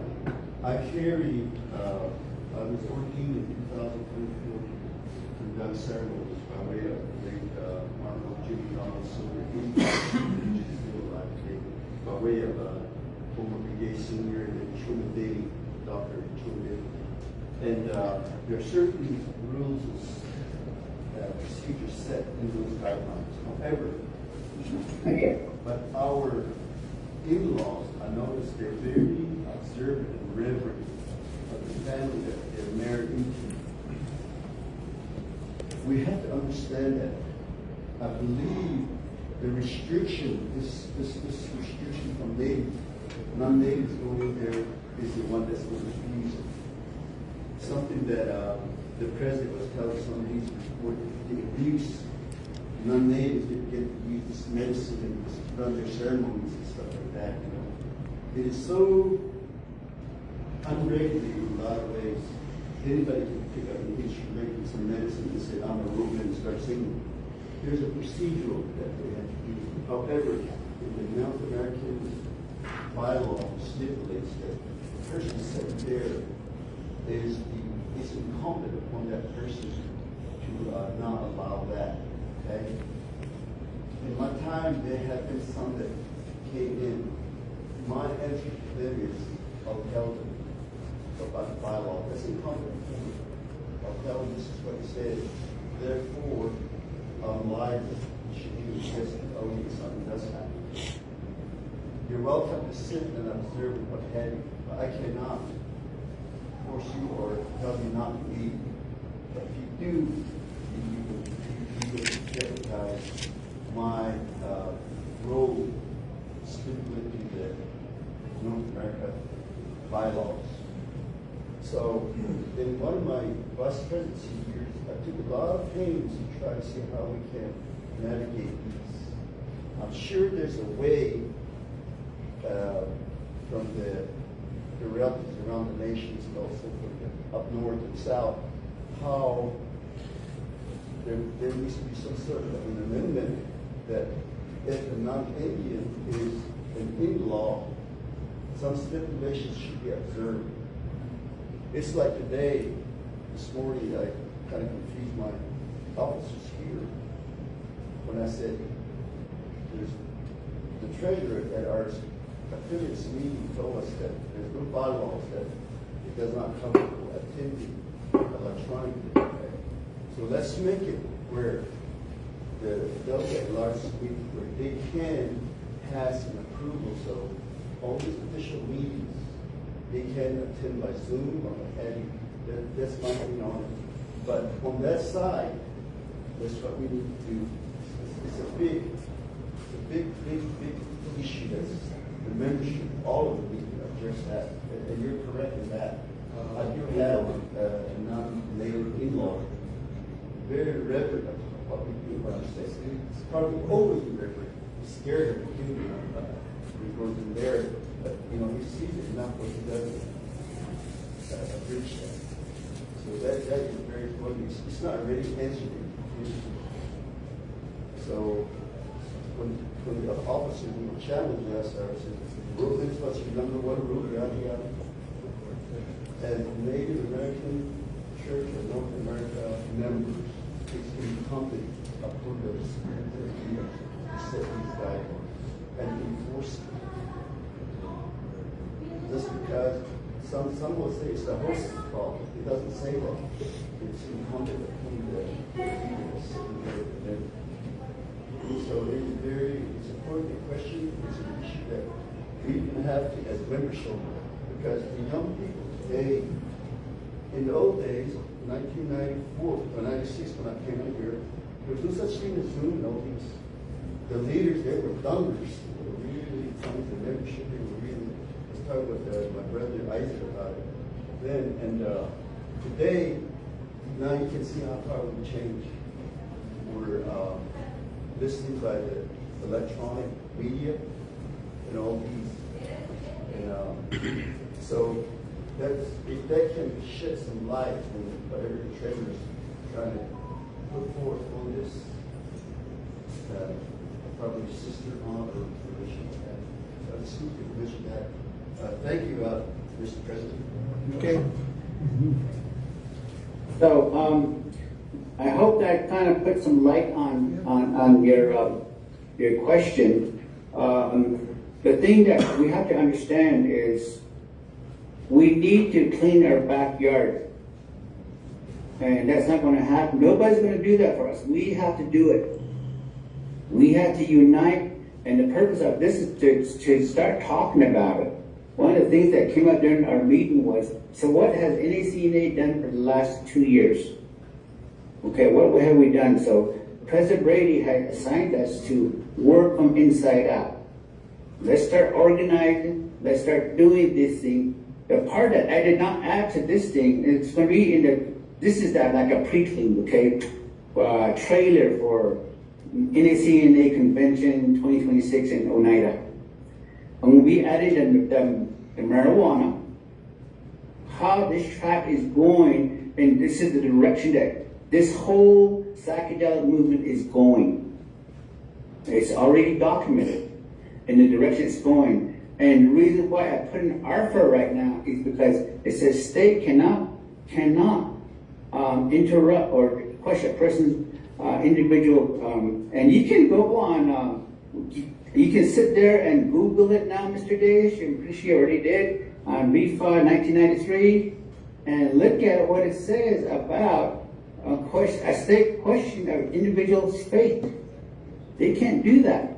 However, 1994 says you have to be a federally recognized tribal member. You have to be using it for a enroll number, plus you have to have a bona fide religious ceremonial reason to even have this in your possession.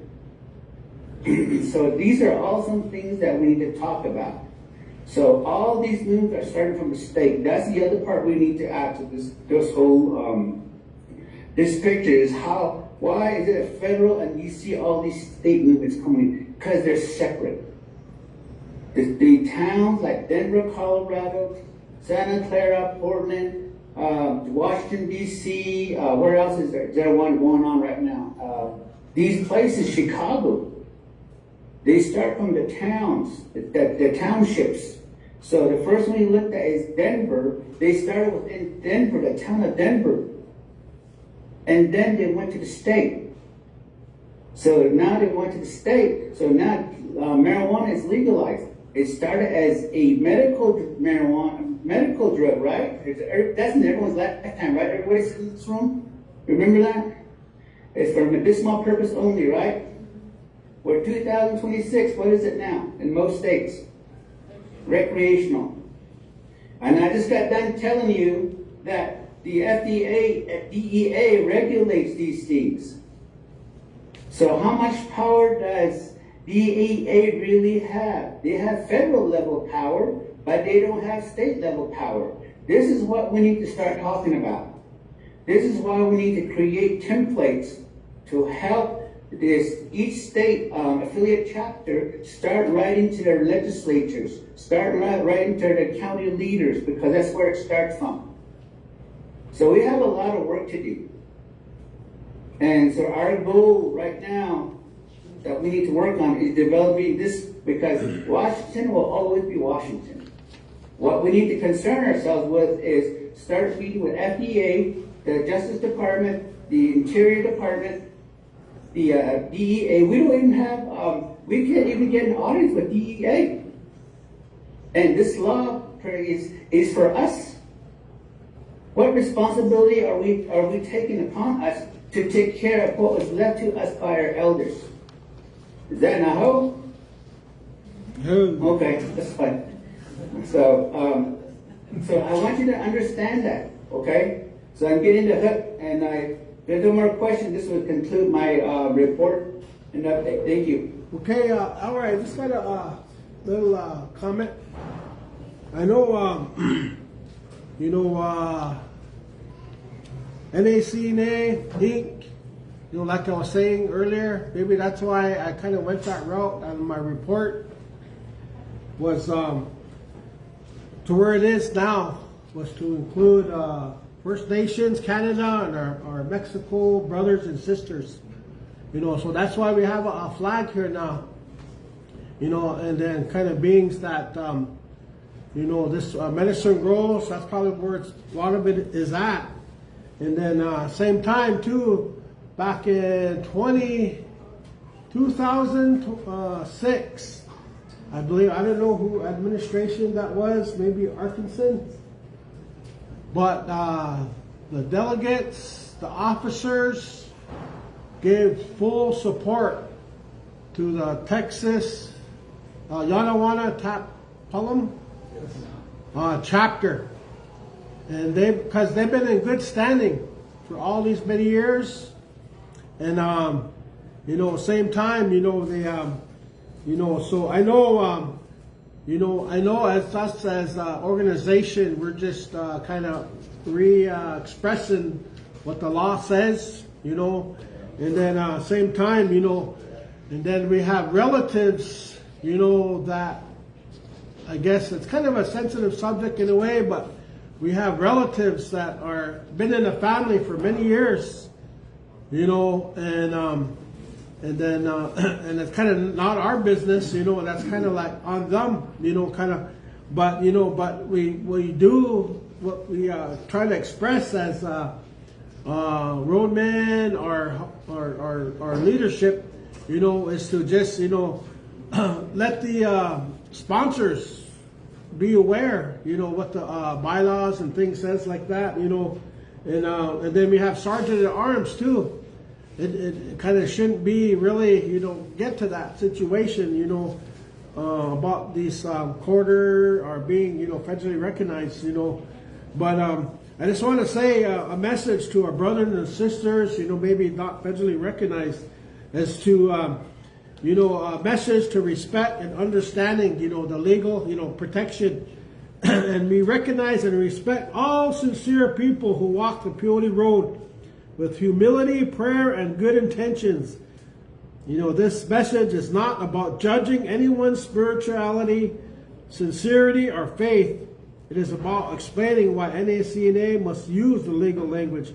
Members of the federally recognized tribe, you know, so we are not claiming anyone is more spiritual or more worthy in prayer. It just simply means the tribe is recognized by the U.S. government as a sovereign nation. And the tribe has a government-to-government legal relationship with the United States. You know, so just want to kind of say that this is not about who has prayer, or it's about who's protected, you know. You know, so I just want to kind of shine light on that.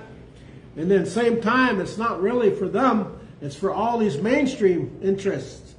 All these psychedelic, you know, opening the door to psychedelic tourism, commercialization, and legalization.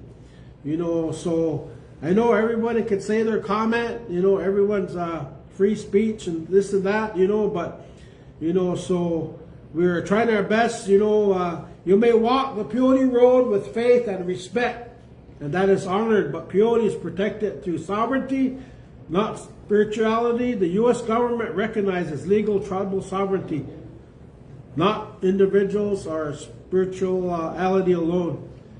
So to our brothers and sisters, you know, we honor the faith, the prayer, and but we must defend, you know, the sacred, the trust, the responsibility. We believe in unity and prayer. So I know we have our tribal sovereignty, treaty rights, and our federal law, and so that's kind of really a sensitive, you know, subject, you know, things, you know, because who's to say, who's to, you know, tell us, you know, who's welcome and who's not.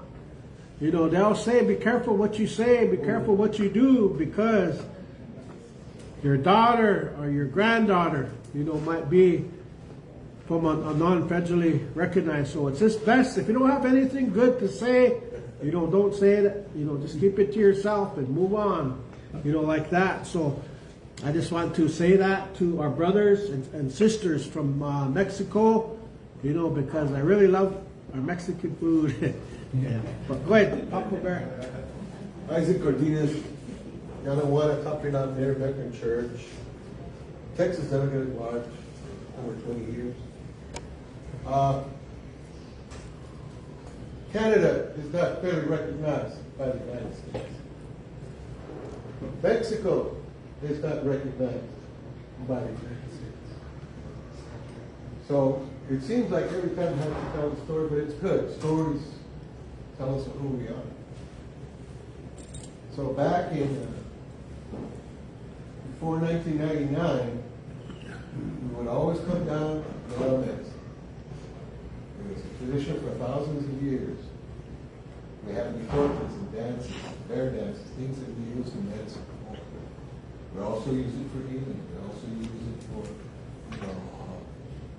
all the things that we need to do, and for healing and medicine. When we came down to Salvador, he could not give us some medicine. He says, you have to be with one of the 5 churches. So we went to all the churches. And we couldn't join Arizona or Mexico because we don't live there. We couldn't join Oklahoma because we don't live there. We don't reside there. Although Mr. Haig did give us, Roman Haig gave us a letter of support. And that was the first instance. Then we went to the Texas Public Safety at that time. They were the biggest taking care of Texas. So we went ahead and we went to the meeting. And we started to engage with NACNA. And then we decided, in our own pockets, myself and Joey Brown, we went to Mayor Canvas for the first time. Now we travel, we don't travel like that anymore, but we used to travel with a satchel of all our documents that go back hundreds of years. Hundreds. And in 1538, the Mesa de Vaca saw us eating medicine. And they called it baje, which you say peyote or ace, different words. So then we had all our papers and we submitted them to NACNA. And they looked at them and they saw them. And then, since we had a document that stated that we were not federally recognized, but we were recognized by the federal government of our sovereignty and our existence. So we got all of those papers together. We have a state recognition also. Yeah, that's good. And once we got all of those documents, we would travel and submit it. But you know how people are. You know what I'm saying about saying bad things about people and stuff like that. I don't like to talk bad about people. I really don't. Because I feel creative. Hey, I remember what you said. So we every time we got challenged at Ho Chunk, why are we having people from Texas that aren't federally recognized with our foreign? Imagine yourself, by yourself, away from your home, up in Ho Chunk, with nobody to support you. And you're there for your families and your children and your children to come. And you're told almost to get out. So with all the courage that I had, I stood up, I'm that person. And then I made a point of order. And I submitted all my documents.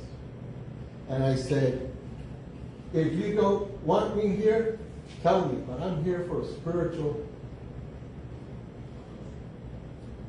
way, life way. I went to my hotel room and I was shaking. I was having an anxiety attack. Because I suffer from PTSD as a United States Marine. I went ahead and called our TEMA, our chief Ray. I don't know what to do. It's like they don't want us around here. I'm just here to have our rights acknowledged. I'm gonna go home, Ray. I'm scared. I'm by myself. And all he had to say, listen, Marine, you've got a mission, and you better get in there and do it. But talking had happened when I left the forum, and I came back to the forum. Joe Botsford, Linda Benally, remember, got my documents, and they said, okay, we're going to submit this. They submitted everything, and that was okay. Little bitty gossip, all this stuff, and then finally, at Window Rock, I was there with my nephew, Mark Standing Eagle Bays, and his wife, Allison Bays. And they lived there. They lived there. Two of our people, of our nation, lived there in Window Rock at Fort Defiance. And they were professors. She was a professor at the college, at Navajo College, and he was a counselor at the high school. Had a lot of good work. He was all excited that the convention, NAC, was going to come there at Window Rock. So he was, getting waters, fundraising, everything. And in that day, I had anticipated, because I've always been challenged, our people have been challenged and proven wrong of what we deserve or don't deserve. I told him, nephew, you live here.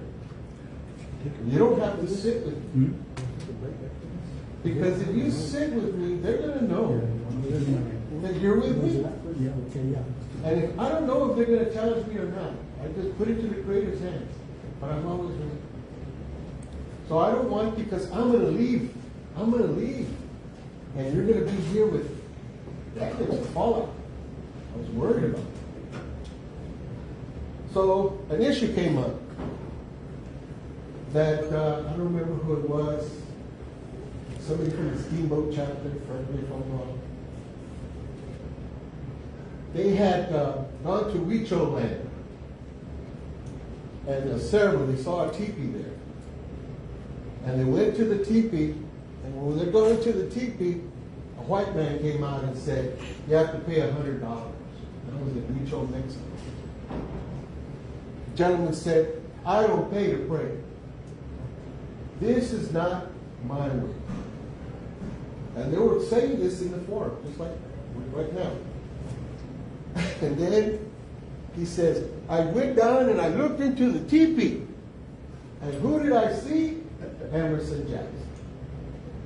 And Emerson stood up and he said, I don't know what's going on. I don't know if it's what's going outside the teepee. I don't know anything about it. Then he changed. He said, well, what about those Texas boys in Texas that aren't fairly recognized? Here we go again. How would you feel?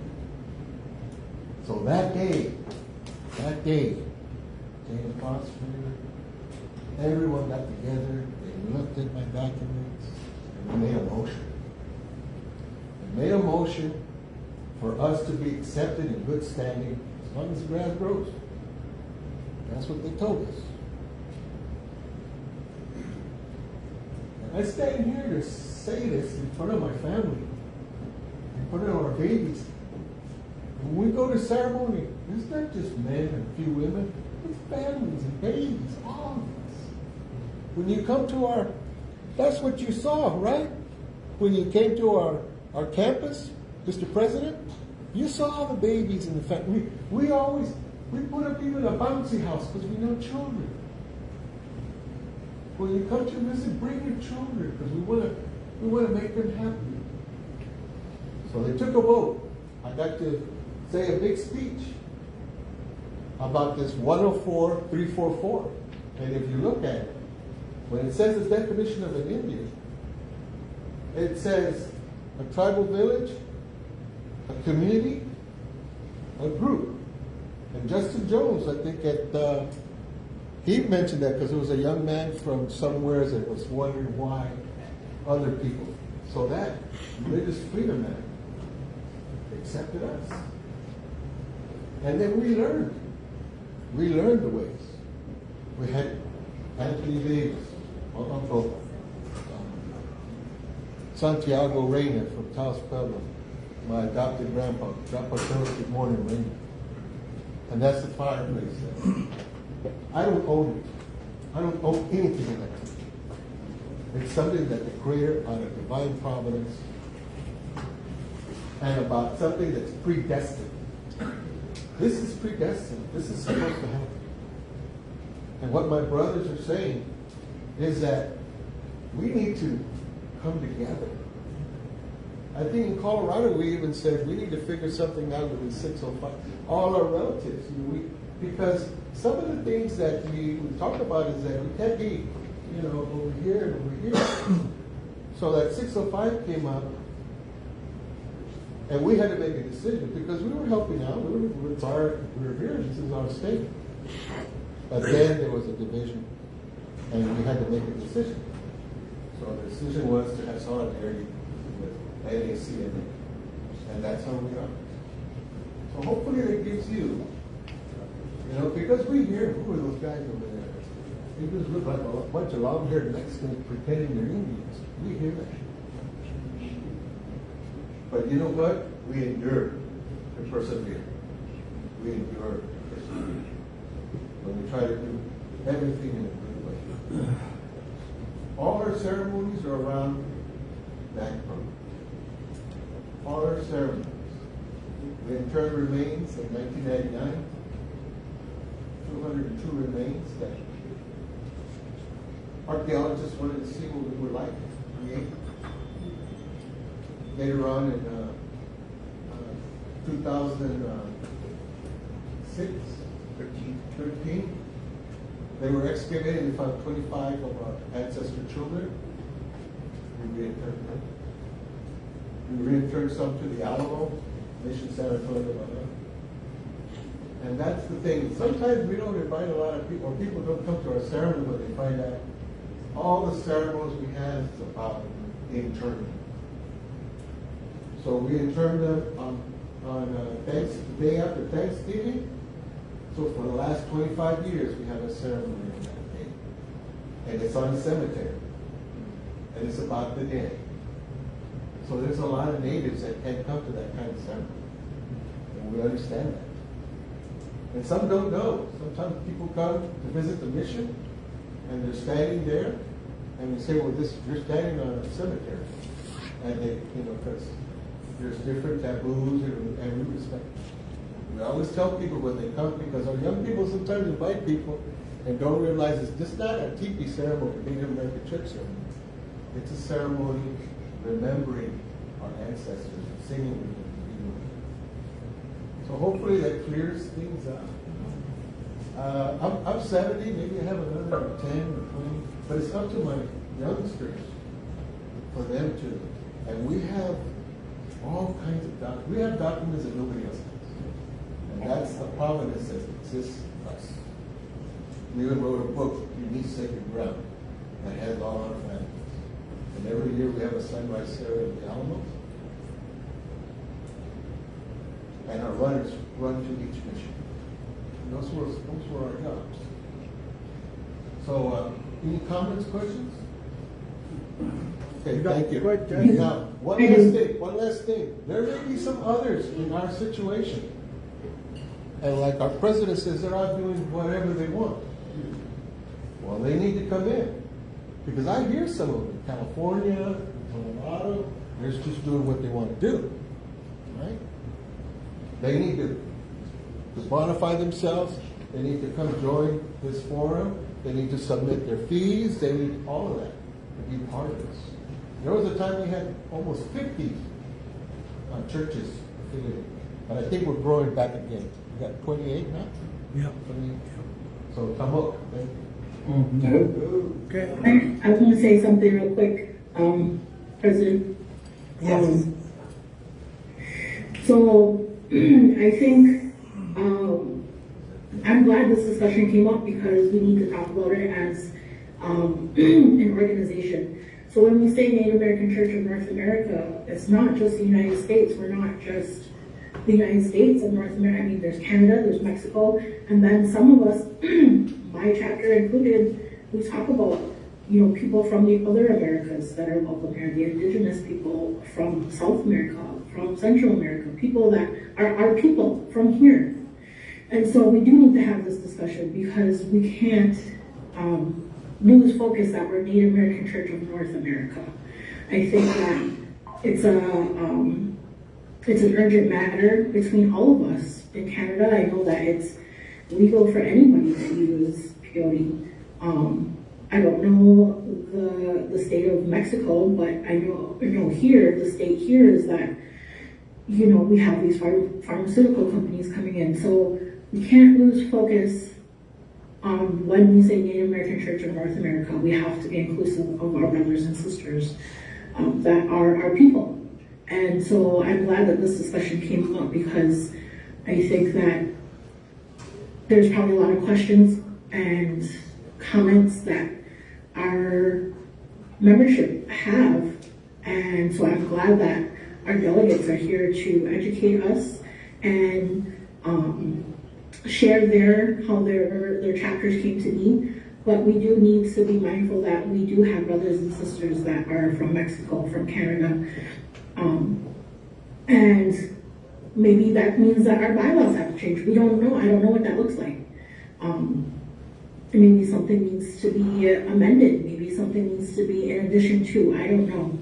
But as far as the protection of peyote in the United States, that's what federal law says, and unfortunately, we don't all see it that way. We have brothers and sisters who are not federally recognized that come from Mexico. This is where the medicine comes from their land. And so maybe we need to do that. Maybe we need to think and talk about this as a bigger organization, how to include that in our bylaws. So that our people don't feel excluded. We don't want that. So I just wanted to mention that to our relatives, something to think about maybe for the convention. Maybe this can be a continued discussion and we can think about that as an entire organization of North America. So I just wanted to say that much. Thank you. Okay. Are you done? All right. Okay, thank you. Mr. Cardenas and Mr. Javier, thank you very much. Really appreciate you for the comments, the input that you have. This is something that you gave us a good talking point to start talking about being upfront about things and being united. The purpose of this whole presentation was to educate everybody because we know what we're talking about. Because it seems like this discussion is always about other organizations, other things, what other people are doing. No, this is about what North America is trying to fix for their membership. Because this organization is driven by the membership, not by the elected officials. So language coming from and information sharing coming from the grassroots, from the teepee grounds, from the fireplaces, that's what matters to our organization. That's why at the beginning of my presentation, I told everybody in this room and watching that you are North America, Native American Church of North America. You are the one that makes it alive and real. And for that reason, I want to thank everyone for being there and for taking up your time. I'm sorry. I was thinking 10 minutes, I'm out of there, I put myself back on, and darkness, take off my cap, But it's okay. And I really appreciate everyone's attention, and I hope it gives you some. I will be sending this presentation to the delegates at large so that they can share it with their people, because we need to be informed. Because we need to know about the entire peyote movement, what's going on, how these things.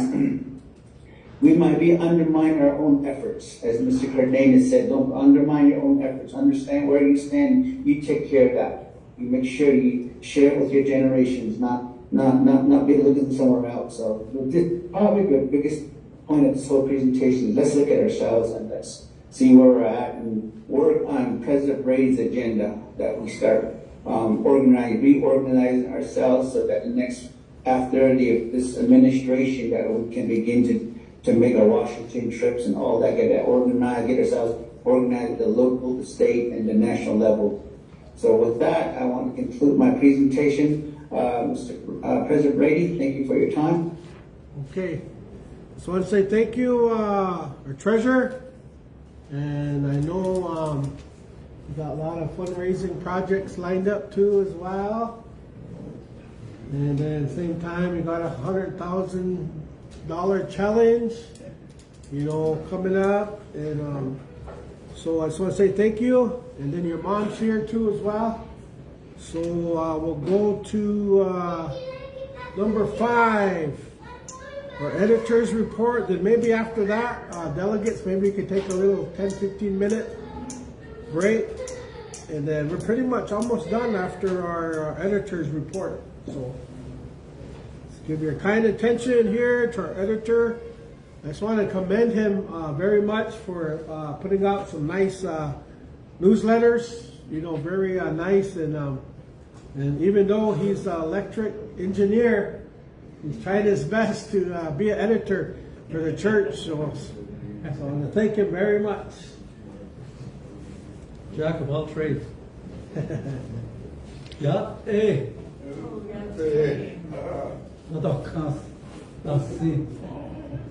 stretch out. That's all. You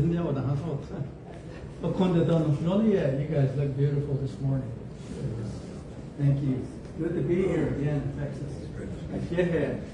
So, as President Brady indicated, he said my name.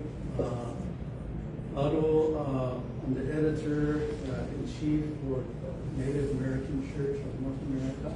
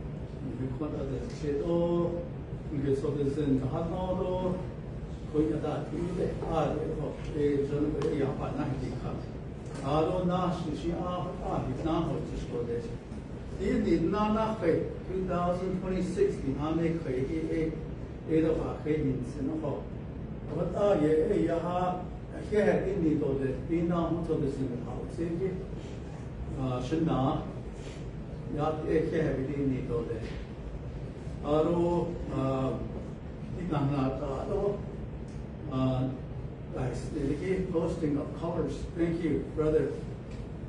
Marine Corps brother. Yeah. Thank you for coming here again and posting those colors. United States, Canada, Mexico, Texas, NACNA, and Yanawana Kaplan. NAC, the flags are represented here. So I want to say thank you for doing that, brother, leading the color guard like that. It was an honor. So thank you. And then moving forward, you gave the welcome address as well. Thank you again for that. Your emotional talk too just a while ago. I appreciate that. It all makes sense to me, brother. It's good. It's good. And I want to thank all the tribal leaders that joined us yesterday in San Antonio. Mr. Ray Hernandez, Navy veteran. It's good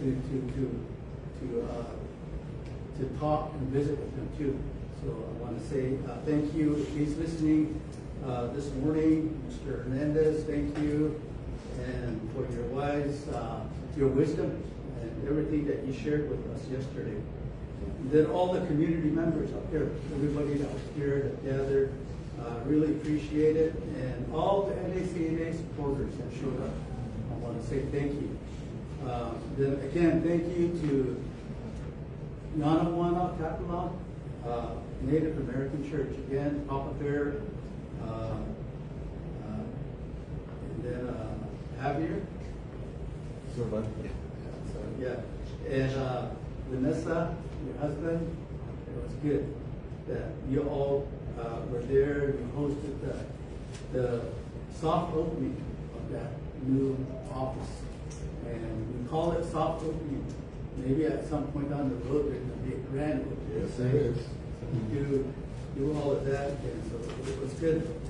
So this new office that was opened is needed to serve the growing membership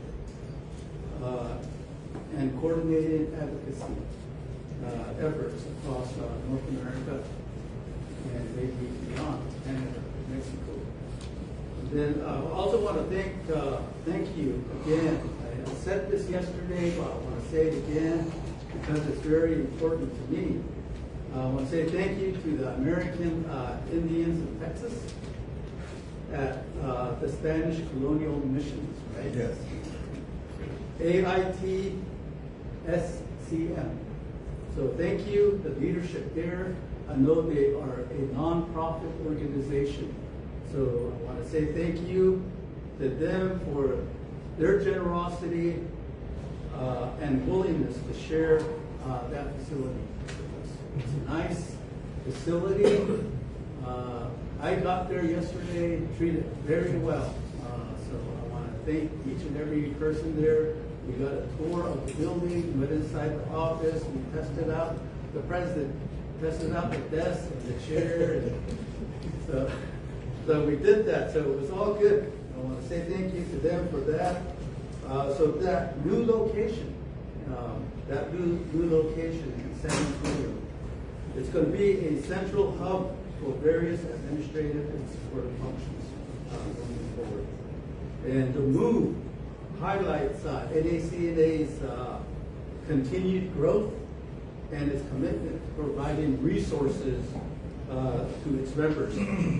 And it's very important to have a strong central office to protect our sacred traditions and ensure legal protections of our practices.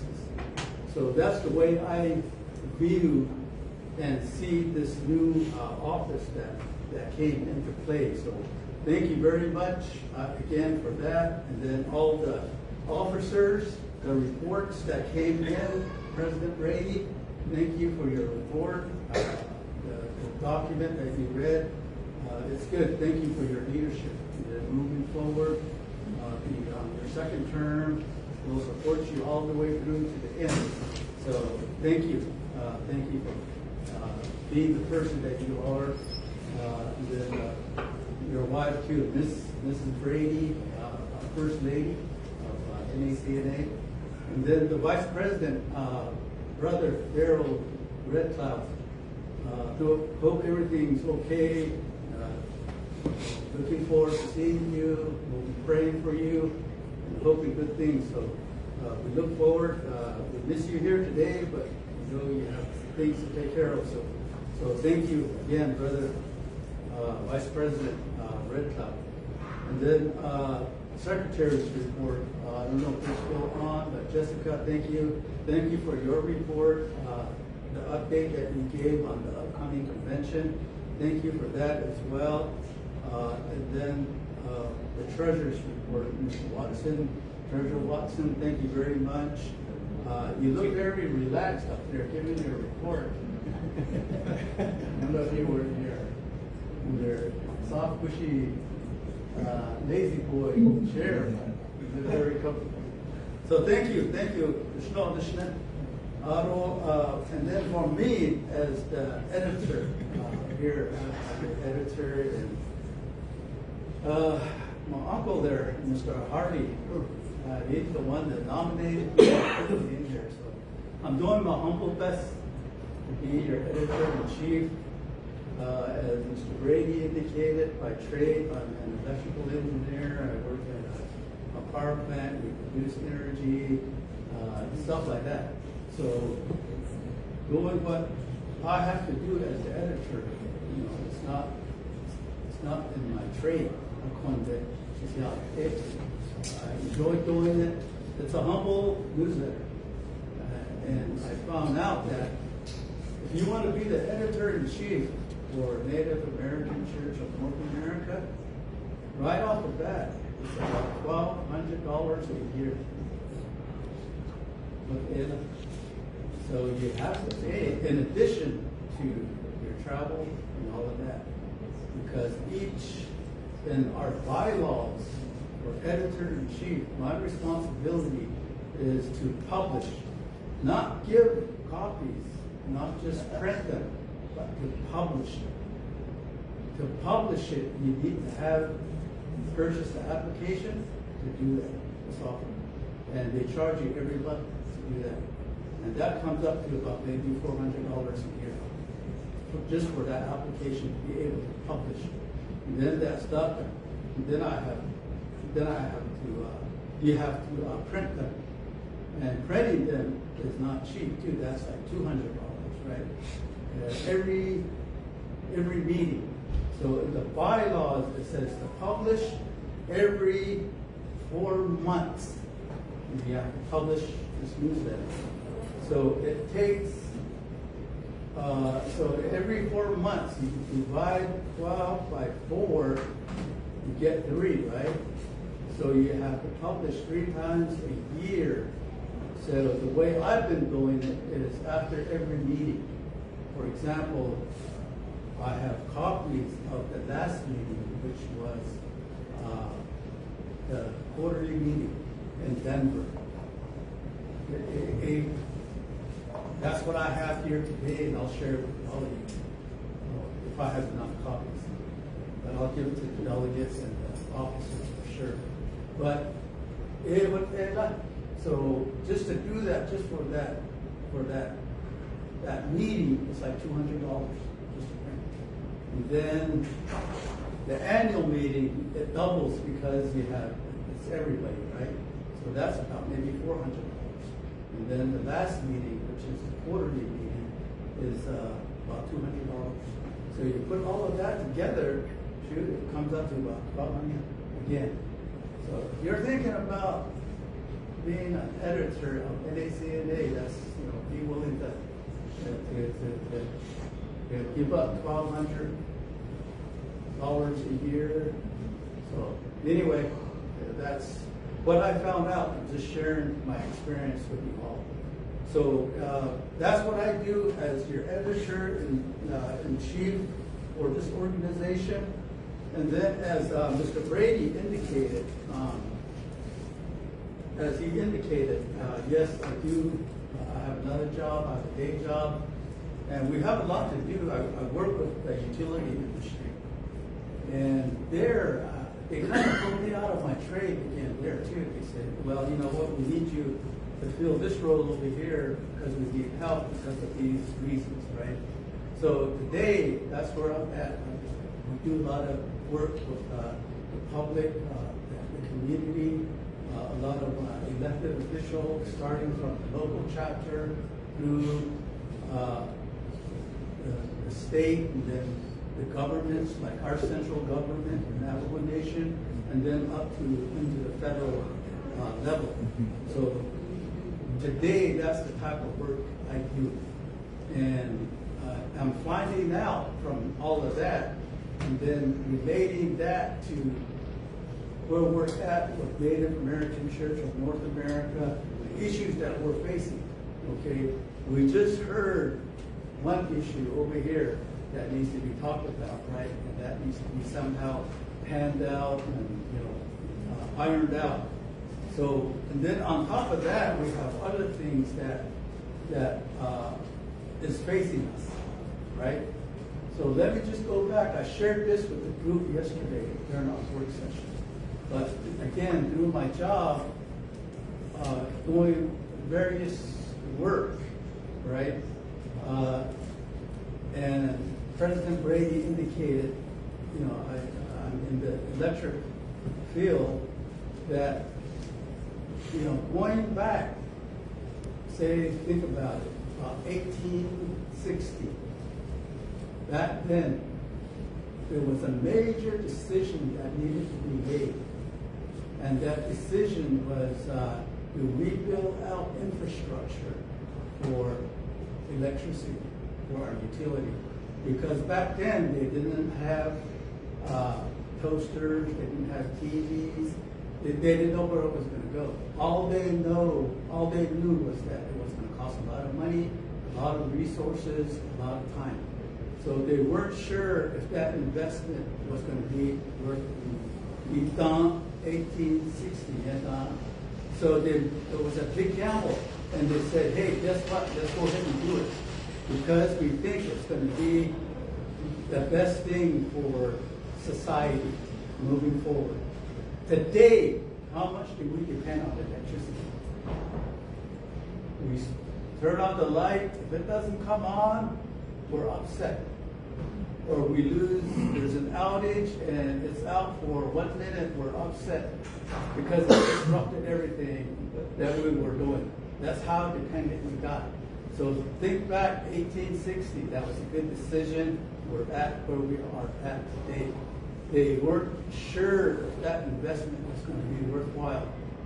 Is it just a bubble that's just going to burst later on and all that resource is all for nothing? But they did it. Look where we're at today. Today, the reason I bring that up today is today we're in a similar situation. What the heck? We're in a situation where our federal government, our state government, our local government are looking at making that type of decision. Do we invest in this? And what they're talking about is something that is very thirsty.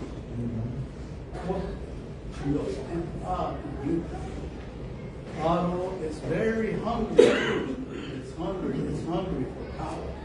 It likes to soak up as much power as it can. And it's big. It's got a big footprint.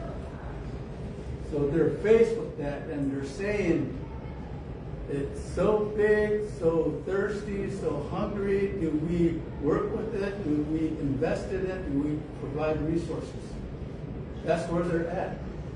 And what a lot of people are determining is probably going to be worthwhile. Because what I'm talking about is this. I'm talking about artificial intelligence. That's where we're headed, guys. That's our future moving forward. So what it is it's a big warehouse that has nothing but computers in it. And it takes a lot of cooling. That's why a lot of water is needed. All that cooling, the system, the lights, everything to run that takes a lot of electricity. I mean, I'm talking about hundreds of megawatts of power. Okay, so that's where we're at today, guys. And that's where we're going to move to. Because we're going to be as independent on that as we are today with electricity. So, Asia, where it's going to take us, I don't know. Maybe that'll solve all our issues that we're talking about here too. So it'll maybe make our lives easier. So anyhow, I talk about that because if you look at the 4 counties where you have, I'm talking about Jim Hall, Starr, Webb, and Zapata. Is that how you say it? Yeah. counties. And they're the only region in the United States where peyote grows in commercial quantities. Habitat where they grow at naturally. The destruction is primarily driven by development. We're talking about agricultural and land clearing and infrastructure projects like what I just talked about. They're called data centers. Data centers is where that artificial intelligence lives and resides. So that's what they're looking at. So these, for example, in the energy sector, energy projects, large-scale solar developments, it's expanding real quickly across these counties, these 4 counties. For example, 400 megawatts, a project that's being looked at in Stark County, that's going to be in service by 2028. It's only today is 2026. 2028 is only 2 years away. So it's going to be in service here pretty quickly. Then Zapata County, they're looking at 500 megawatts of wind projects. And again, they're looking at taking tens of thousands, if not 100, of thousands of acres. And that they're looking at 2028. Zapata, again, and Jim Hall counties are looking at the same thing. 600 megawatts planned for 2028, 2020, 2029. So these development, it's good in a sense when these are happening because it helps with the community, it helps with revenue, it helps with jobs, and it helps with benefits directly to the community. It's good in that sense. But look at how it impacts us.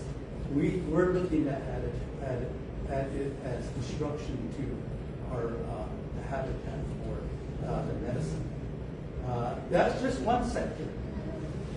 The other sectors are like root plowing, agricultural. They're clearing. And this is considered the most permanent form of destruction, right? Landowners, they often clear brush to create cattle pastures or for large-scale cultivation. Unlike surface harvesting, root plowing removes the entire plant and its root system, preventing regeneration. So once they root plow that, that's permanent. It's gone. And they're doing that because of expansion. Again, if you look at it, these facilities are being built, being planned, that's destroying the habitat. The population is going to grow. There's going to be a population in like Webb and Star. They're already looking at it. It's going to double. It's already doubled in recent years. So they're building houses. They're clearing that because if you have expansion, economic development, you have new infrastructure being built, new facilities. People are going to go there to work, and they need a place to stay. They need stores to go to. Pretty soon, they're talking about schools, and then more work, more roads that need to be built. So that's just another sector. And then not only that, you have the infrastructure for what's going on. We're here in Rio Grande City, right? So we're near the borders, right? The construction, the border wall construction, that's restarting again. So they're clearing that area too in Webb County. And then back to energy, you have the oil and gas leases that are just continuously going. So my point in all of this is, again, we have this challenge before us. And it's something that we're going to have to do something about. We're going to have some type of intervention. We need the resources to do that. So how do we intervene? How do we intervene? You know, those are the things that we probably need to talk about. We need the experts maybe to come in. People are patient yet.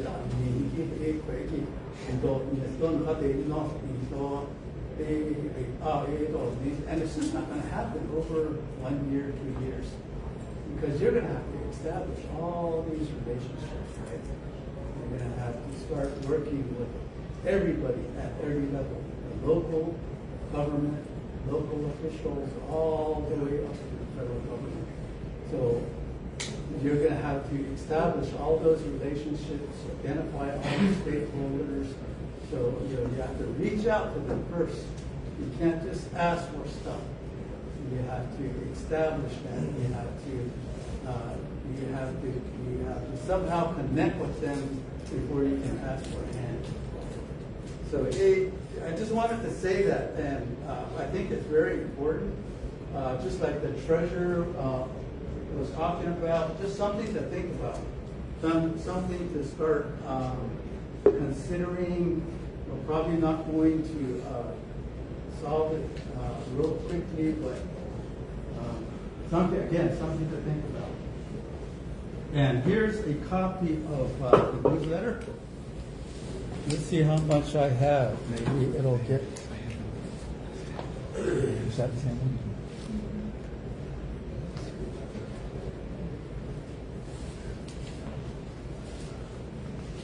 So this is my written report.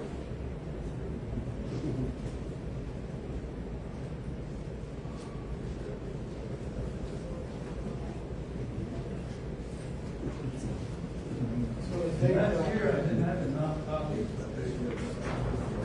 So thank Terry for his good report here, that he's distributing newsletter, so making sure the delegates get one, and then just like you were saying, as an editor-in-chief, he has to solicit funds to produce a newsletter, and then so I'm really glad and happy, and I know he's. You can also, those QR codes, like you say, the AI is going to be kind of the future, so we kind of work on those QR codes too as well, so people can see. So yeah, so thank you very much. I also have a QR code up here. You guys want to share with your chapters, when you touch that back, you can scan it. I'll put it up here. Make it available. So that concludes my report. Thank you, President. Okay. I just want to thank Mr. Days and give him a good round of applause. Really awesome report, a good newsletter, well understood and well put in a way that he's been not constrained, but he's trying to do the best he can, and I think he's doing a really good job. So also, for those that haven't received this, he has a QR code up here. You guys could come make that take place here. So, so before we go our delegates report, maybe take a 10-minute or so. If we turn that over to the delegates. Yeah.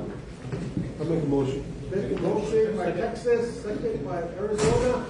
All in favor? Got it, Jack? Yeah. Okay. All right, it is 12:46. We'll come back here probably a little after about 1 o'clock. Reconvene, and then we'll continue on here with our delegate report. So we're pretty much done, probably just a few more items, and then we'll be done, relatives. I know some of you have to vote.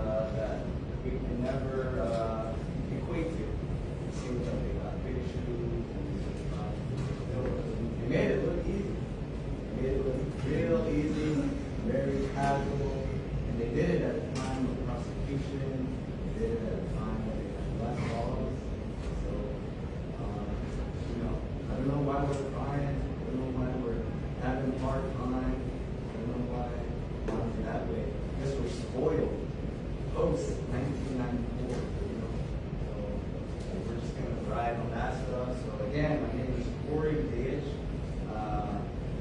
You know, I come from Shipra, Mexico.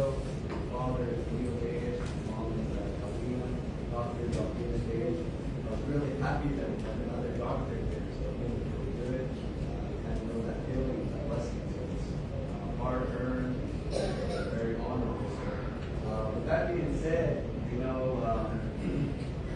I have a QR code. We're trying to keep up with technology, so if you guys can share these, post it around, go around, and pick a shot if you want to. And what this is it's going to take you to our website, what we're doing currently for Native American Church, State of New Mexico, and what we're doing also concurrently with Native American Church of America and the Peoria climate, if you will. A nice term called political climate. We also have conservation climate. So with that being said,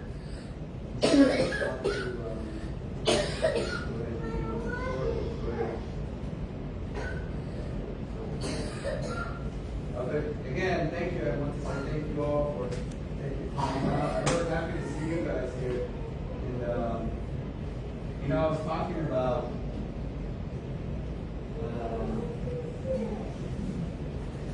our elders. Last year, I was here with my grandma. This year, she's with her cousin.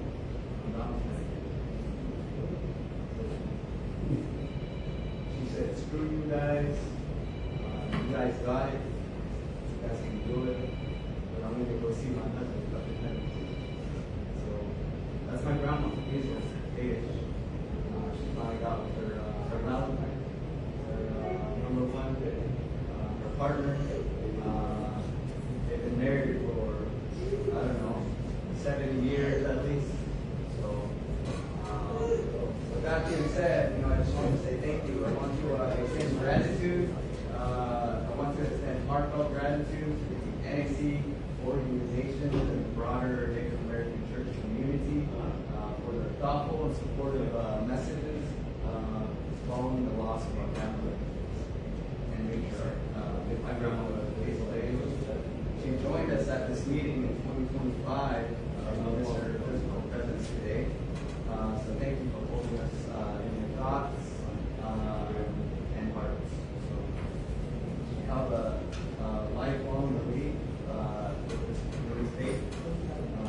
She, along with my late grandfather, Frankie Gage, co-founders of the Native American Church, State of New Mexico, after a decade or so of relation discussions, traveled across Indian country and building enduring friendships on February 22nd, 1981, at Tree Meadows Navajo Nation, Shiprock, New Mexico. Frankie and Hazel Dage gathered friends and relatives at the farmhouse to discuss incorporating an organization to support the Native American Church community. On July 27, 1981, the Native American Church State of New Mexico was incorporated. It has served the Native American Church throughout Indian country since that time. So that being said, you know, yeah, we are sad that my grandma's not here, but we're also happy that you guys are here and that you guys did your part, she did her part, and we are really appreciative of everyone sending a like, sending a comment, sending hearts to the family, to the Dash family, sending hearts to my uncle, his family, my aunties, their family in that regard, because that was our mom. So, with that being said, the other thing that we are doing over at New Mexico side is the WIPO genetic resources, traditional knowledge. And what WIPO is, it's a UN initiative, United Nations initiative,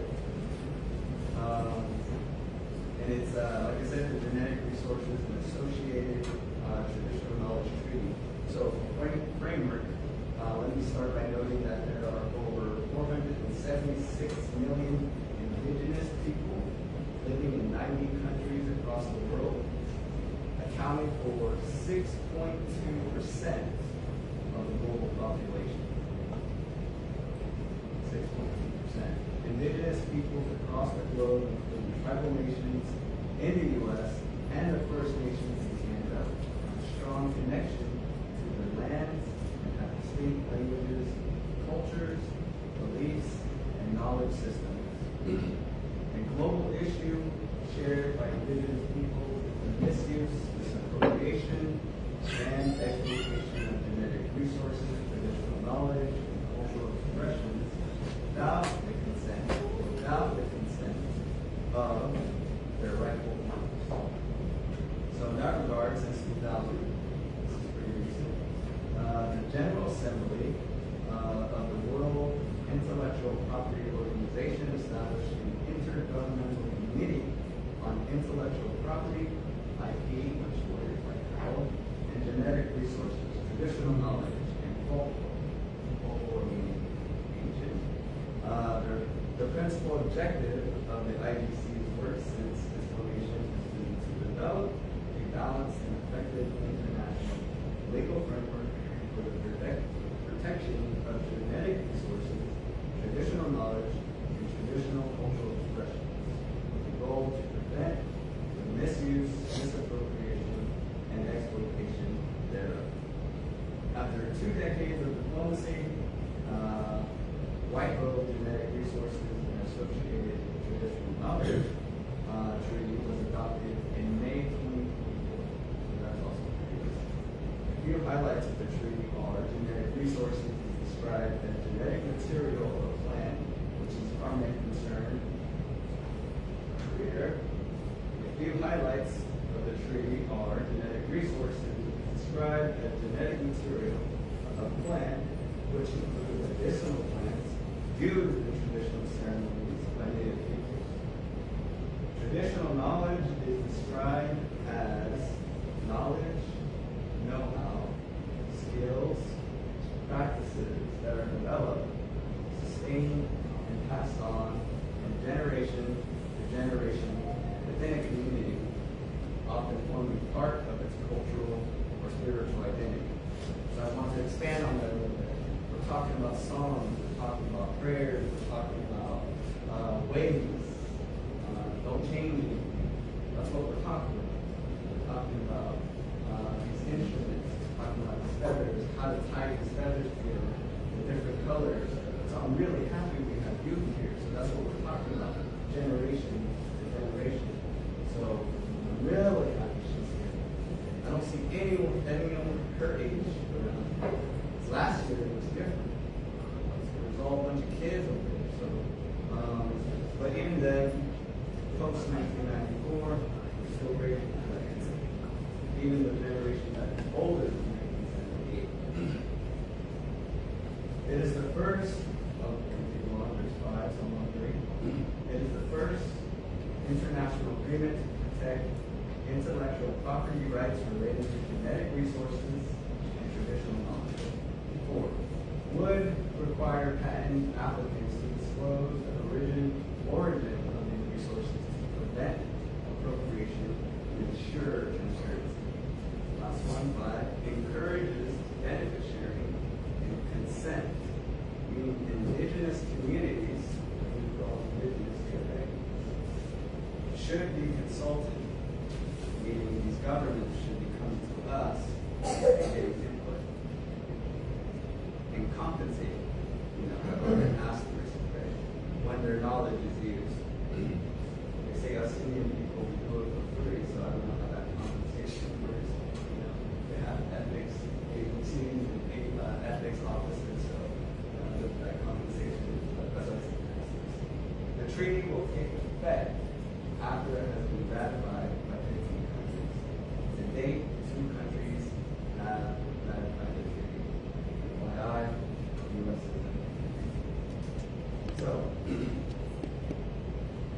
that's why, that's just information, like I said, benefit sharing, knowledge sharing, that's the international side. So let's go to domestic, United States. Before I do that, is there any questions?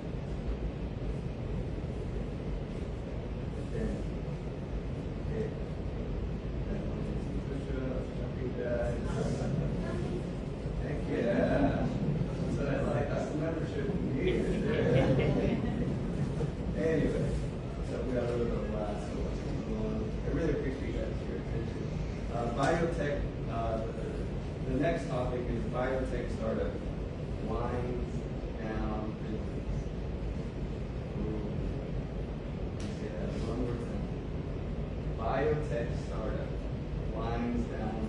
In May 2022,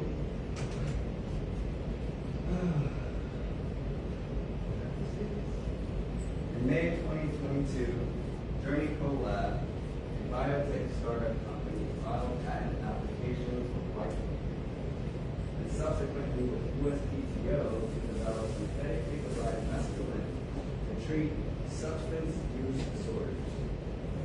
In June 2025, they issued a statement. That it recently made the decision to wind down the business and return remaining capital to their investors. In June 2025, they issued a statement that it recently made the decision to wind down the business and return remaining capital to their investors. During their application process, a third-party challenge was submitted, questioning several claims made in the patent application. The patent process also included examination and consideration of prior art practices or exercises or actions of prior art which can affect approval of patent applications. The Native American church community also lodged concern from the startup about the lack of meaningful engagement or consent with indigenous communities. So, I just want to say thank you guys. You guys were impactful. I don't know if we were impactful enough that it did one year. And I don't know if you guys are still passing around the QR codes. You know, they say here, but I'm sorry, that QR codes. So I hope you guys are going to our website, getting some information.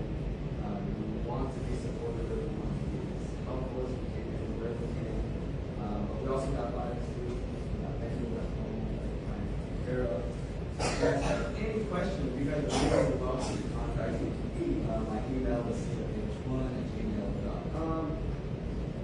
Again, if you guys really want to know my email, you guys can come up. We can talk, discuss, laugh, cry, all of those things. So, again, I'm wrapping up my report, but the state of New Mexico, the Native American Church State of New Mexico, wants to thank the officers of North America. Thank you all. Again, what we do, the report, it's always a reflection of who you are, and it's nice and shiny, organized, colorful. So we shared it with us today. And thank you, Mr. Lee. Love you guys, your family, your life. Always happy. So really good. Holding it. See you guys here, down, in God's name. So on behalf of the Native American Church State of New Mexico, and then, you know, this is just my input. I want to extend gratitude to active military armed forces and our armed force veterans. My appreciation to you guys, whether Facebook audience, recorded audience, live audience, my appreciation to you will always be inadequate. My appreciation to you will always be inadequate to your sacrifices and services. So for this country that you serve. And then to this next generation, I want to acknowledge everyone, the generations after 1978, which was the first airplane, the generations after 1994, the amendment, and the current youth. I want to say thank you for having the patience and following your older folks and listening to them and hanging out with them, sitting in the TV with them, crying with them, sitting behind them while they're singing, all of those things. So I just want to say thank you all. With that being said, happy Valentine's. Spread a little love. Go on to whatever, Facebook, Instagram, I don't know what the cool things are, TikTok. Go watch a cool video about love and, hope it makes you feel good. You guys go to those meetings tonight, pray as hard as you can, then sing. Yeah. So, again, happy Valentine's Day. I just wanted to say thank you again. So that's the end of my report. Yeah, thank you. Go down to the next, maybe Canada, Arizona, North Dakota, Texas. I'm just trying to put you on the spot, not maybe just some encouragement or something to bring to the community or something that should be done, trying to stress here. Okay. Praise the Lord. We have a report from Rico. Delegate. So, that's my secretary, Rico. And then after that, I'm going to do our food for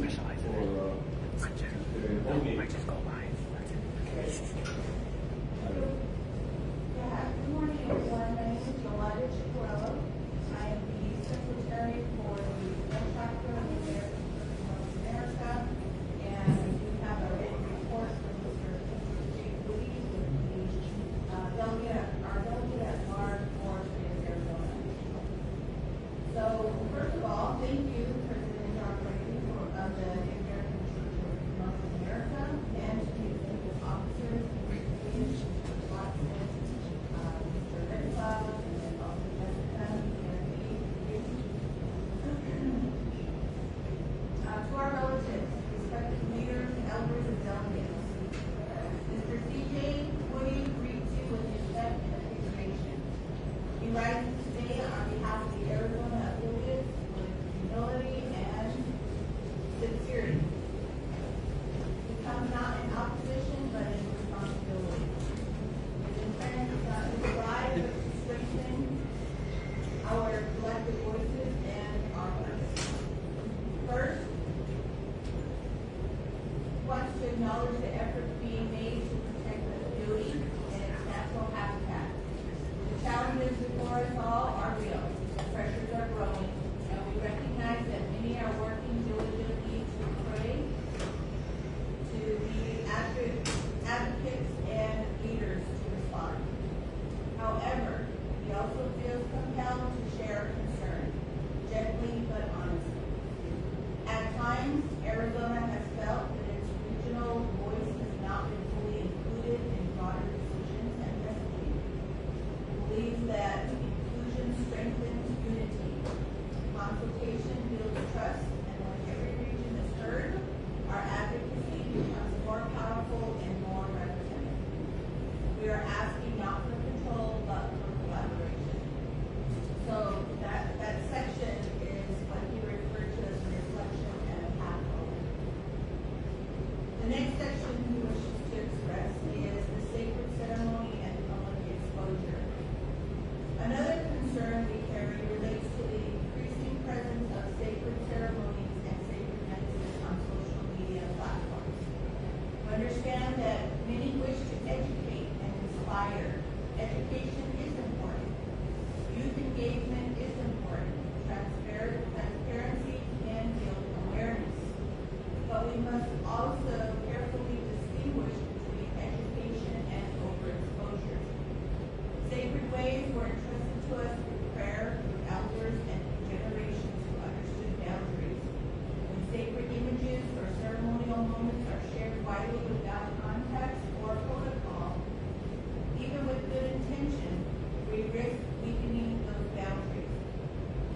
It is one thing to teach, it is another to unintentionally commercialize or sensationalize.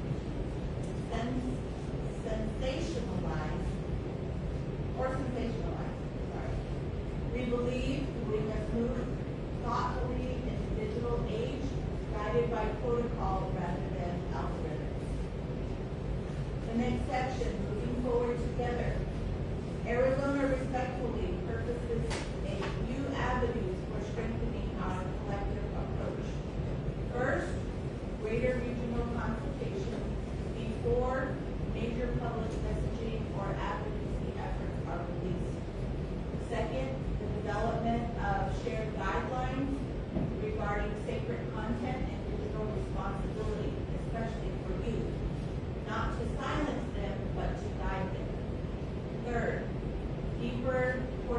coordination with tribal governments and cultural preservation offices, ensuring that peyote protection is addressed not only as a church matter, but as an issue of religious freedom, environmental stewardship, and cultural survival. Fourth, the formation of intergenerational working groups, bringing elders and youth together so that the transfer of knowledge happens in a protected and intentional way.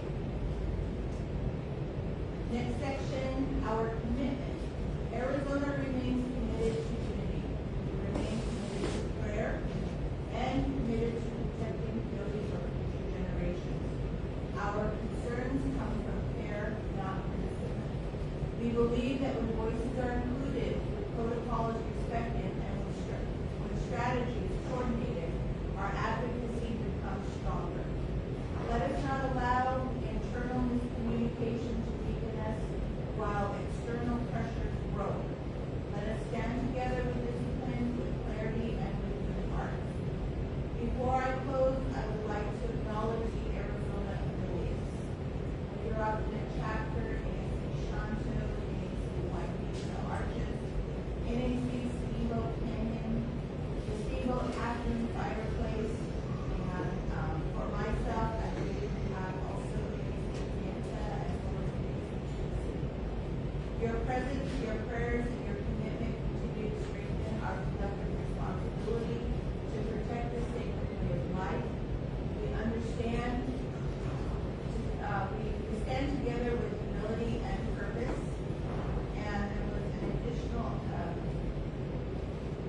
noting that we wanted you to include. So long ago, before roads, before stores, before many tribes had steady access to peyote, they were meetings where only a small amount of medicine was present. Sometimes there was not enough for everyone to eat. The elders would prepare the fire, the water, the songs, and the little men would pray. When the peyote was brought out, it might be only a few small buttons in the basket. The medicine was passed around the circle. Each person would hold it, pray, and bless themselves. Some would touch it to their forehead, some to their hearts. Then they would pass it on. Not everyone ate the medicine that night, yet the people still received healing. They still felt the power, they still cried, prayed, and found answers. In the morning, the elders would remind the people, the power is not only in eating medicine, the power is in the prayer, the songs, the fire, the intention, and the way we come together. So the teaching became clear. Medicine is not a substance like ordinary food. It is a sacrament, a relative, a holy medicine. Its strength does not depend on how much a person takes, but on the respect carried in the heart. When discussions arise today about non-native medicine, many native people return to issues like this. The question is not only about legality or access, it's about relationship and responsibility. Peyote has survived because tribes protected it and prayed with it and carried its teachings for generations. Often in difficult times, ceremonies are outlawed. For many native people, peyote is tied to identity, survival, and sacred moments. So elders sometimes say, if the medicine was powerful enough that our people could receive its blessing simply by holding it and praying, then no one needs to take it just to be changed. Prayer itself is powerful. This way of answering does not accuse anyone. Instead, it reminds people that sacred things are not measured by consumption, but by reverence. And it leaves a quiet question for anyone. What is it you are truly seeking? The medicine itself, or the healing and understanding that prayer can already begin today? So thank you for listening. We remain ready to work alongside each and every one of our organizations. Sincerely, Clifford Lee Woody, Delegate at Large for Arizona. Thank you.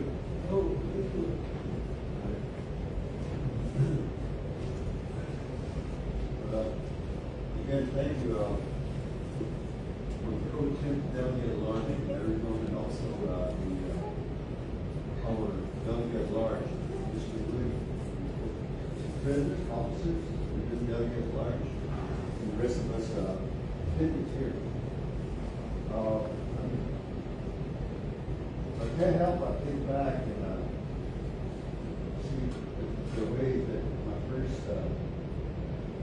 introduction to the Native American Church convention in 1996 up to now. And I really have a lot of empathetic acknowledgement and view to my brother Isaac Davis from Texas, Yanamana affiliations. I see him go through his hardship. I remember during break we talked about it, he was a lawyer, and I thought he was very plain there. I know the state of Texas acknowledges you, and also by virtue of the government. The state acknowledges something. The United States has no choice but to acknowledge that people because of the deep knowledge they have. And I've seen some of the moving most of those days and that. And it's been 30 years. 30 years that I've first did it with my brother. And we get it off like that. In those days of Renata, we come about, there was another group from Canada, Manitoba area, President Henry Chavez. He was also told to get your money back and go home. At the time, I couldn't believe my ears what was being said. Some of that would think that they took out the ammunition cards. You don't have this card, you're not doing it. And I made the statement, I said, I don't want to go say it now. I don't need government card for you, I have. I'm good for there. Therefore, I don't have to tell the government that I'm indigenous of this continent, this land. And I don't remember, you had a lot of affiliations back then. But I want to compliment, commend the tremendous demonstration of the accomplishment by Texas for creating this national headquarters. All of us affiliates have the opportunity to do that. I never diligently followed up with our commitments to it. And I introduced myself briefly on Joe Holgate, Dr. White, and we're from White Mesa, Natural Arch. We left last step as well. We got here to speak on behalf of them. We have a little charter there. And so based on that, I'd like to thank his officers, his people, the government, for undertaking a huge endeavor and to see it. I heard that the other day, I was passing through San Antonio, and I heard about it. They have only done that open. And I believe that type of commitment is present in all our affiliates. All of you, I know that. We're too busy. We're too busy with our everyday lives, not with these. I may not be popular for opining that. If you're elected, you have a commitment to take care of. And those officers that are here, I commend you for it. So, having said that, I'd like to say that on behalf of our charter, our state of Arizona. And the other thing I want to mention was the bylaws. I was listening to the count this morning on the action. 7 in favor, 0 opposed, 0 abstained. If that is going to be the record, it is invalid. In the officers' meeting, they have a quorum. You have to at least have 5 delegates and at least 3 officers to make it 8. So on your minutes, make it official. You gotta have 8. If it's 7, then all that vote is for nothing. Check the bylaws, please. So the amendment is 8 at this juncture. So if you have 7, here's a little bit more requirement when you look at bylaws. So if our parliamentarian or our attorney or whatever, you look at it, this way it says in the bylaws. Probably if the president vote, just put a saying that we hate, you know what I'm saying, to validate the record. If there's a member present, they will choose to abstain. The secretary is just input present. That's all. Meaning that they're there, they can vote, but still makes the form adequate. Because I see that number, I was looking at that, you know, say 7, but that means people vote for it. So somewhere in there, you know, we need to bylaws. You know, for me, because we really got burned pretty bad because of our bylaws back in the pre-2000. It's full of holes. Everybody knew that. But we can. Your first training ministers try to keep it up to date where at least we have some of those areas where we really go through, you know, to be where we at. So with that, I just have to amend that. Thank you very much.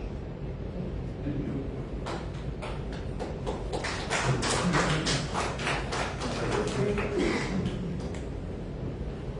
I'm done.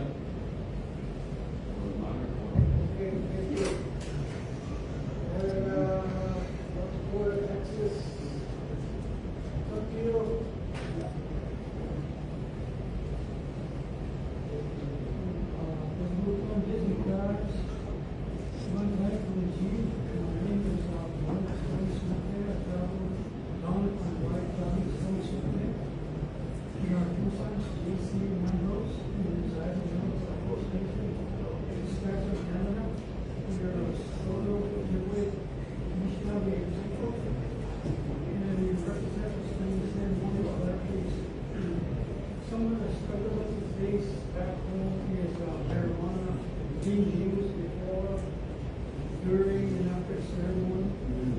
We made it clear to our workplace it's not allowed.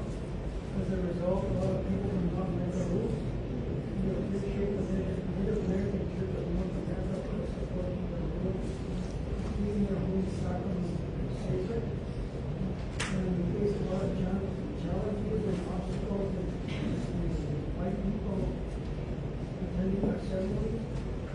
And we face a lot of challenges. We are grateful and thankful to stand for the land where the holy justice land. I wanted to share a dream that I had a few years ago. And it has to do with Invocation.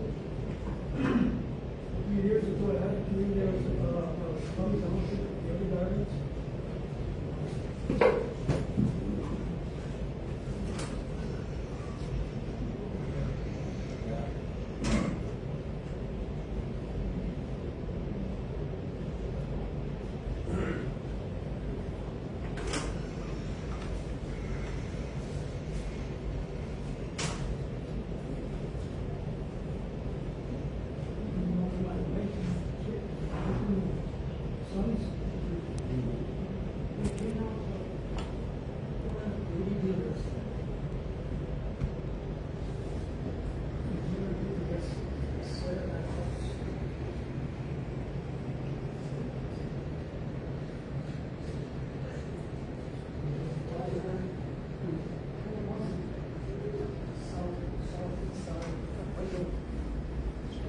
Medicine up.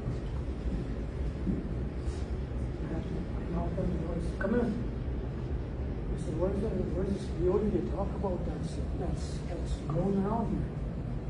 I said, here. Read this. This tall man. I said, read this. So I read it and I gave her the other half. And all of a sudden, there was a lot of people on the hillside screaming. A lot of people on the hillside screaming. So I went out that door. I was asking, what's going on? What's going on? I said, look over here, there's something coming. So I look on the southeast side and I see this wave of dirt coming. That dirt I thought it was dirt, a wave, like a tsunami. All of a sudden, there's spirits that come out of the ground. And I said, I want to fit them. Hey, what do you guys want? I said, hey. He said, I come to tell you. He said, now, he said, this beauty that grows here, this beauty that grows here. He said, now we're going to limit it. We're going to limit it to grow. We're the ones that take care of this beauty. Now, he said, we want something in return from you people. God, He give every tribe in this continent a way to offer their medicines to get from them. Whatever kind of offerings they were given, they have to give us that. Now we want that in return. If they do that, this medicine could be here forever, for a long time to come. So a lot of people taking too much without putting offering there, putting whatever God gave them to make an offering to their medicine. They do that, this medicine could grow forever. Tell the people that wherever you go, tell them. So I just thought I'd share that with you, high relatives. Yeah. Appreciate that.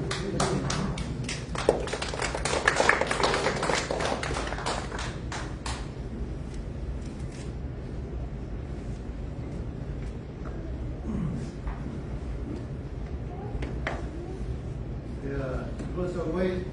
Don't go somewhere this way, don't go somewhere this way.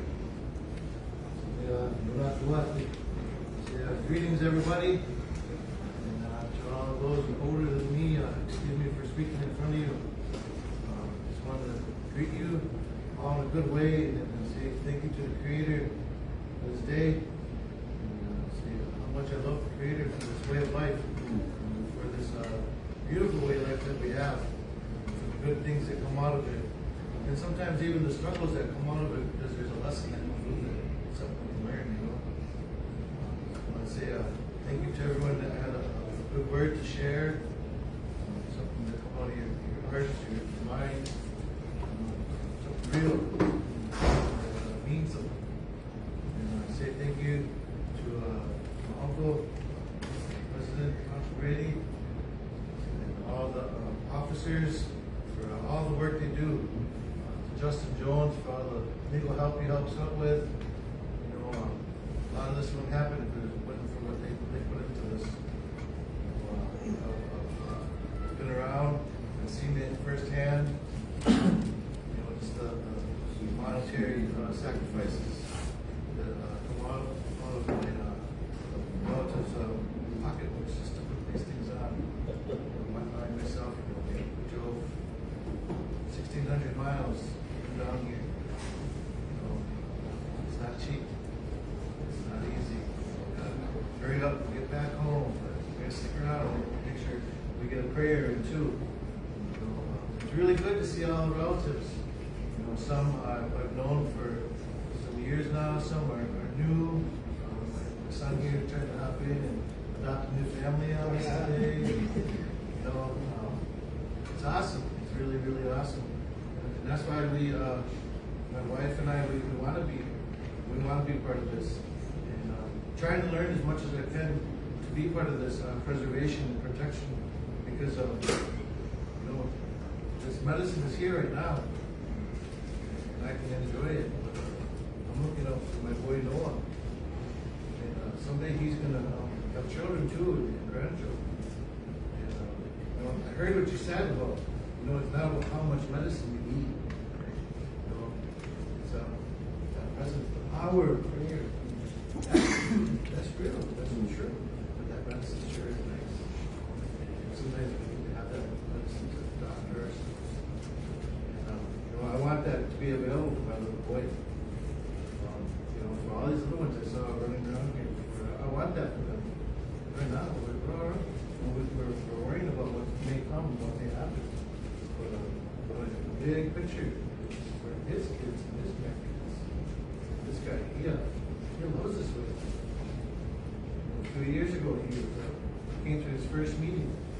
He had been going through withdrawal symptoms, opiates, methamphetamines.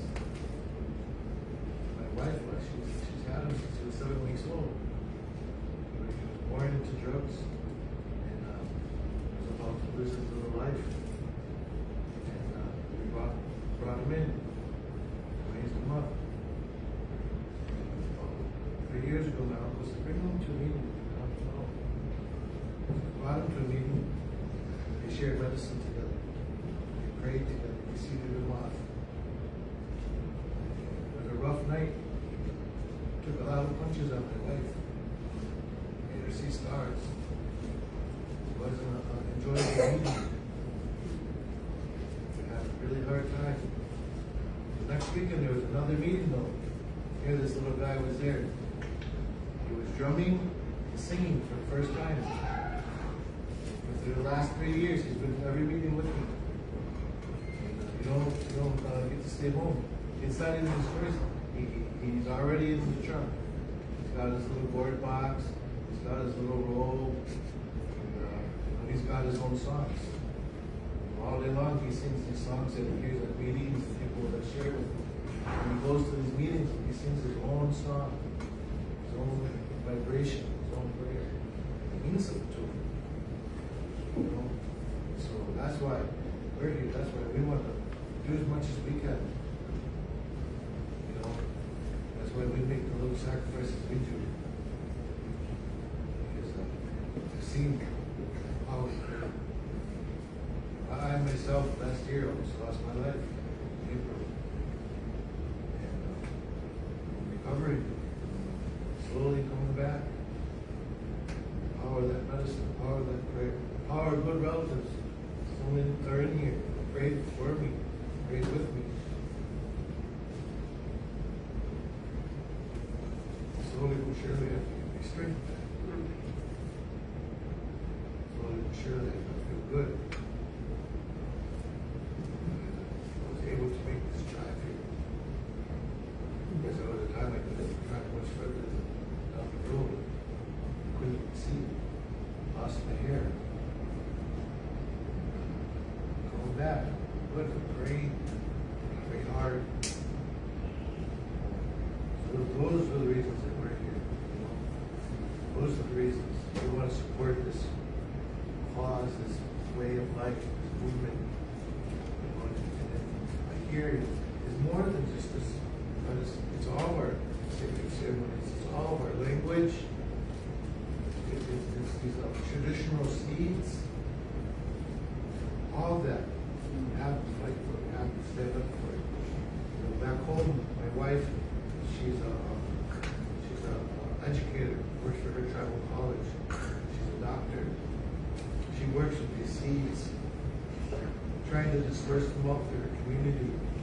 Because too many people in our community rely on C-store food, gas station food, going to the doctor, having loads of pills.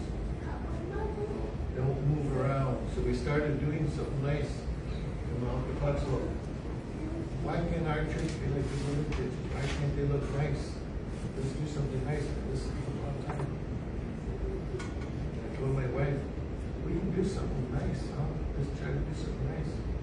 So we put up planter boxes. We made areas to plant gardens. We grew traditional MHA seeds on our church property grounds. And we got to see different relatives come out. It wasn't our intention. We were trying to take care of it on our own. We didn't want to put anybody out. But next thing you know, people are coming out, watering, picking weeds, enjoying it. And that was, not our plan. We just wanted to do something cool for ourselves, for the garden, for the church grounds to look nice. Here at harvest time, we got to listen to people share stories about all that greatness that happened out there. How pretty it was. At the same time, down the road a little bit, we harvested that corn. We made corn soup. We had mush and stuff we grew. When we were rolling smokes, we used our own corn husks. We didn't have to go to the store and buy something that had something preservative. It was something we grew, something that I prayed for. My wife prayed for. We put it to the ground herself. And with the help of all of our wonderful, beautiful relatives, it grew. Last year we did it again. This year we're going to do it again. Or a little bit bigger. It looks pretty, it looks nice, but then we can feed each other. We get exercise, we get movement. We get to revitalize some of those old songs that all those people have out there. So it's all part of this beautiful way of life. Peyote, different ceremonies, sweat lodge, some dance, our language, some that we use, seeds that we're using to eat. My little boy this year got to harvest 6 buffalo, made prayers. When I went to go harvest, found to have that fight, drink that blood. We wanted to do it. We don't make him do this. These are the things he chooses to do. And I see it, his beautiful, awesome spirit. Oh, great, he's liable too. When I see how awesome and good he is, I go, well, I can't get too hard on him. Because he's going to be taking care of us as kids. And he this good, beautiful road of life. You know, beautiful road of life. That beautiful fire. That's what we need to stand up for. That's what we need to protect. That's the future. This is what it's all about. Sometimes I hear a lot about talk, bylaws, and this and that. Part of it really, is these little ones. The little ones that we got there, the running races. That's what it's all about. I appreciate you, Mr. Diaz, for speaking about that, those young ones. Because that's what it is. And it's sad, but in the same way, I'm happy for your grandma. She got to come home to her own. Because you're right, she did what she could. They did what they could. Now it's up to us. So we can get him set up. Yeah. One day he's going to be sitting up here. Not because I want him to. Because I know what comes with this. I see it. There's a lot of weight. These gentlemen, my Giazi up there, just because they carry. There's a lot of weight. There's a lot of haters up there. So we got to set him up. We got to set him up. And keep him safe and protected, because one day he's going to be taking care of this. One day maybe he's going to be praying for us. Yeah, he does. He uses that for that. We let him use that for that. Because he wants to. He makes his prayers. There's listen to as this whole congregation prays. He's praying, he's thinking about the medicine, about those people that campus, fire, medicine. You know, sometimes people look at it and think it's funny. Oh, look at that little boy. How cute, but I know. This is real. This is a real deal prayer right there. So I'm glad to be here. Blessed to be here. It costs me a little bit of money, but that little bit of money is going to secure a future. It's an investment. It is an investment on my son's future, his children's future, and all these little boys and girls' future. We got it made right now. We're okay. It's all about him. All about the good of the That's what I want. That's what I pray for. That's what I'm going to go sit up with.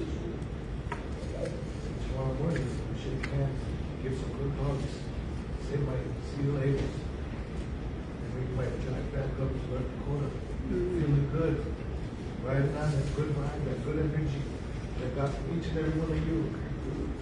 Thanks to all of these wonderful folks right here who do all this hard work. A selfless job for all of us, for all the groups. Beautiful families.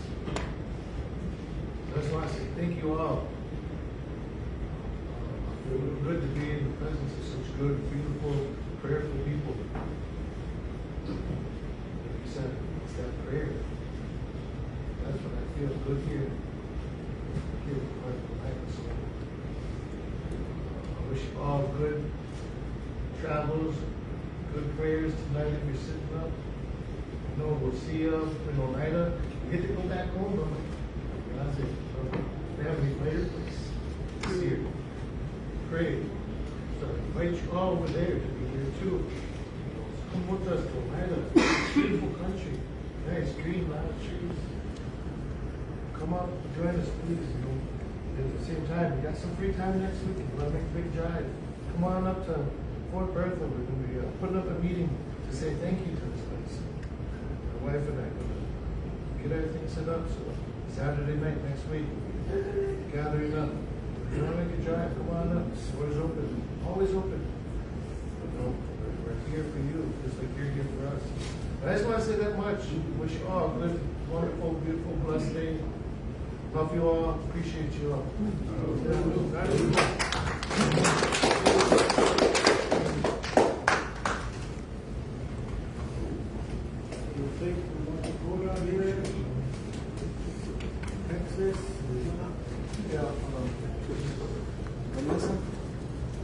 Pictures.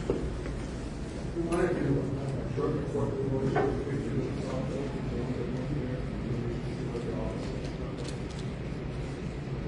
Do that. And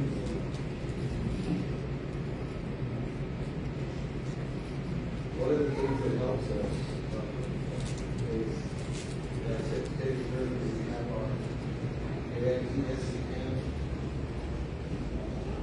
special editions, special office, and we also have our tribal chiefs and then we have our church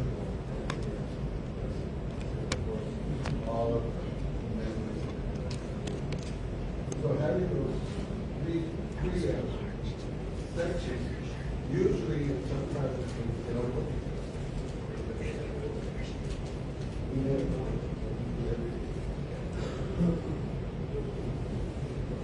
We set that up and the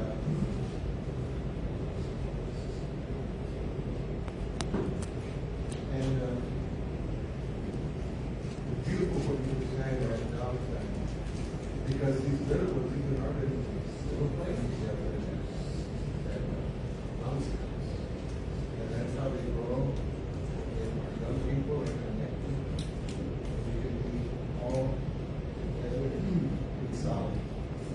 So with the idea, Yes. when I first heard that, I got a text by the internet, this office, I was able to set those three individuals to be able to tell them this is something that we can do.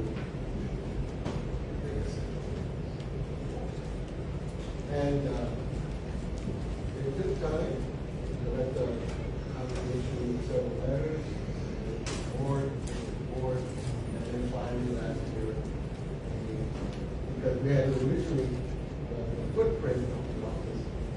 We were looking, the agency was saying, well, that's a footprint that we can rent that. We can make money. And according to the discussions that were going on, but then, because I'm not involved in the conversations, I'm a coder, I'm a security board member, so I don't get involved in that. But I was praying, my God was praying, and then all of a sudden, I didn't tell anybody, Javier came to the last year's convention, submitting a letter, and I saw that they could change, that they weren't going to charge any rent for an office. I think that charges is like paying for things like that.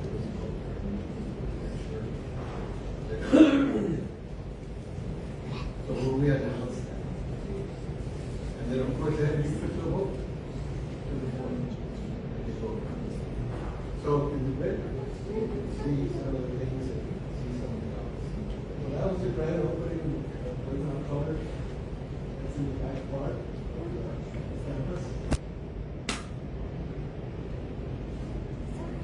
You'll have to tell me where you want me to go here on prayer. Okay, so there you can see the tent that we set up, our dignitaries, and we all ate, had food, we had some buffalo that was donated by a tribal buffalo. And that's where we did all our speeches. We got a NACNA. John Brady got a congressional proclamation from Congressman Henry Cuellar. Jesus Toro Martinez and Max Raymond, that are staff members for Congressman Cuellar, made that happen.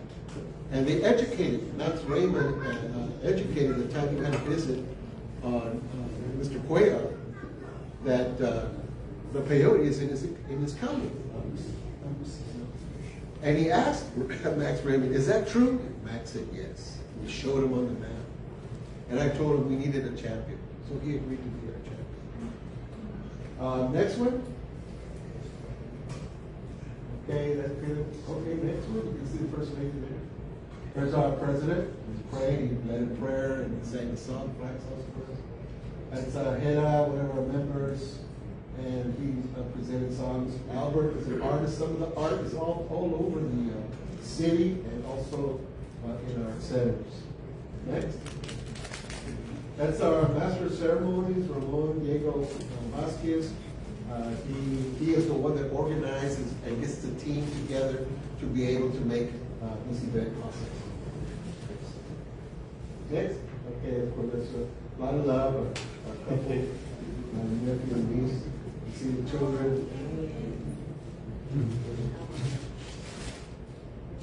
So a lot of those are Artema Ray Hernandez, who told the story much like more of the Mission San Antonio, the Valero company known as San Antonio, the Alamo, and told the history of our people. Maybe better. Next to Ramon Diego is Ramon Vasquez. He is the executive director of the Refuge of Texas Tax Coalition. Next. There he is making a speech of the things that we want to do in the future and welcoming NACNA. Next. Next. And the beautiful Miss First Lady, Rebecca. Next. That's a good shirt. You always look a good press. This is one of our board member, our president, and she went ahead and also welcomed the NACNA Central Office. Next. Everybody knows Salvador Johnson, and he came down also as a veteran. That's myself, I think.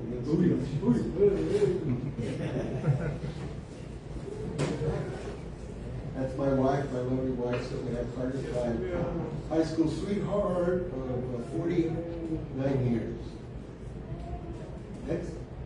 This is our president, Javier Cervantes. That guy. Journalman. So he told in our language, greeted everybody in our language, told poems and stories. He has taken a big responsibility to be president. Of course, Mr. Brady addressed everyone. Always his good speeches.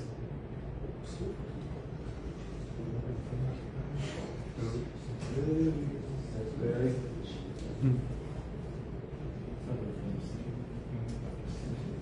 They talk about the word Nikai. Next. With songs in the beginning and the end in our language. And there is the president sitting, hold down there. That's the president, that is the office. So it's kind of there, we're going to add things, some of the plans of all the documents, we want to put them on electric. There are documents that Mr. Armstrong was supposed to put them electronically, and well, our team, we're doing that for our own records. So our team possibly will take a trip down to Denver and get some of those, and get some copies of that, so we can have everything in the central office. And maybe some of you have documents that are important that you can make a copy of. We don't need the original. That could go along with the history of NACNA. Next. Of course, you see Anthony Davis here, White President. There's the First Lady and President. Oh, and they gifted us a little peyote sculpture. Good.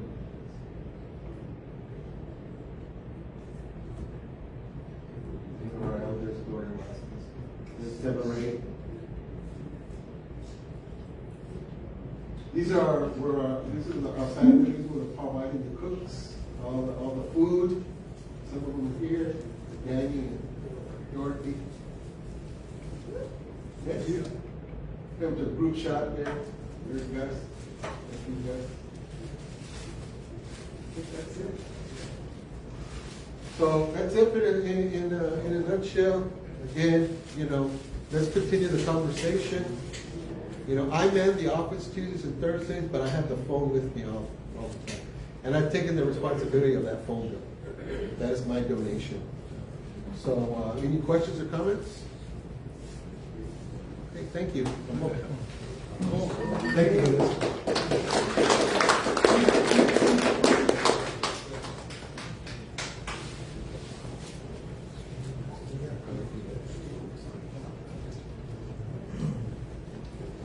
Okay, I want to thank everyone for their good reports. I'm not trying to put you all on the spot, but just trying to give everyone an opportunity as delegates. So we'll go down to I. We have, we're just kind of going off the bylaw template, and it says new business, but the Only Way of Life Coalition, Mr. Frank Nash and Ryan Sandoval, just wanted me to, it was trying their best to be here, but, due to, obligations and things like that, but they sent me a letter that they wanted to share.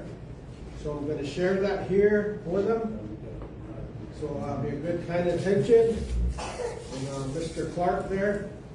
So on behalf of the Council of Purity Way of Life Coalition, I write this letter to respectfully request, Native American Church North America to formally review and address the growing number of state-level initiatives seeking to decriminalize peyote and mescaline throughout the United States of America. And he goes to say, I thank you for your continued work, leadership, and commitment to protecting our peyote way of life. We appreciate your consideration and look forward to any guidance or action the NACNA may undertake regarding the matter. Thank you. So it goes to say, on behalf of the Council Way of Life Coalition, I write to respectfully request the Native American Church of North America to formally review and address the growing number of state-level initiatives seeking to decriminalize peyote and mescaline throughout the United States of America. Across several United States legislative proposals and efforts aimed at broader psychedelic movement on decriminalization increasingly include peyote and mescaline, often without proper consultation with federally recognized tribe from whom peyote is a sacred medicine and essential to the ceremonial and religious practices, cultural identity, and most importantly, to tribal sovereignty. These efforts raise serious concerns regarding cultural appropriation, peyote conservation efforts, and the erosion of federally recognized tribal protection of ceremonial religious rights under tribal, state, and federal laws. American Indian Religious Freedom Act of '94, Controlled Substances Act of 1970.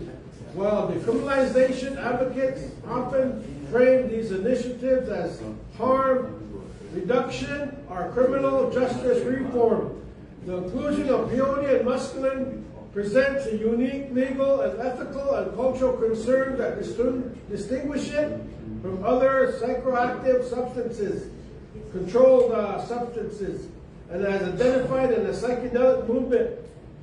Peyote is protected under the federal law for federally recognized tribal, ceremonial, and religious use in its conservation status, particularly in southern Texas. It's a serious concern for many federally recognized tribal peyote communities. The state level decriminalization of peyote mescaline risks increasing non-native demand, accelerating habitat loss, and undermining existing federal protections and authority and tribal sovereignty.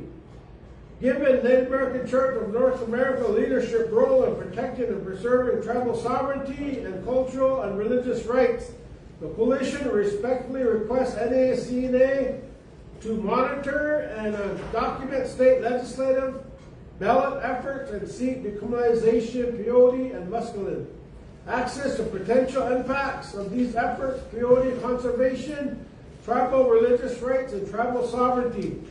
Develop policy guidance, a formal position to inform tribes, lawmakers, and general public. Engage with state government advocacy organization to ensure meaningful tribal consultation, exclusion of peyote muscaline from decriminalization efforts. Develop a formal position statement resolution to oppose a psychedelic movement and promotes the commercialization, decriminalization, medicalization, and cultural appropriation of tribal ceremonial medicines and practices, particularly the intellectual property and traditional knowledge, without consent from federally recognized tribes and respected historic tribal organizations in Indian country. This is a critical moment to assert the peyote and muscaline and other ceremonial plants. It's not a generic psychedelic substance, but a living medicine used responsibly and respectfully for bona fide traditional ceremonial purposes only by federally recognized tribes who have the inherent right to protect, preserve, and use. The Native American Church of North America leadership will provide much needed support to tribes and tribal peyote communities who are navigating through this rapidly evolving policy landscapes. In closing, the Council of Peyote Way of Life Coalition thank you for your continued work, leadership, and commitment to protecting our ways of life. We appreciate your consideration. Look forward to any guidance, action, NACNA may undertake regarding this matter. Respectfully, Frank Dash Jr., Chairperson, Council Way of Life Coalition. So I just want to say that to you, good relatives. I get a aho, yeah. Okay, all right, well, Jesse, are you still there? Yep. Okay. So before we adjourn, I just want to say the voting there, just to kind of clarify, we had 6 delegates and 4 officers, so that's 6 plus 4 is what? 10, okay. Then our count was 700. So what should it have been, right? Or because Sarah Badman's still on? No? She didn't answer me, so I'm gonna say she probably is not. She never responded. So maybe you could just revise that count just for the record. So in the afternoon, then it would be 6 delegates.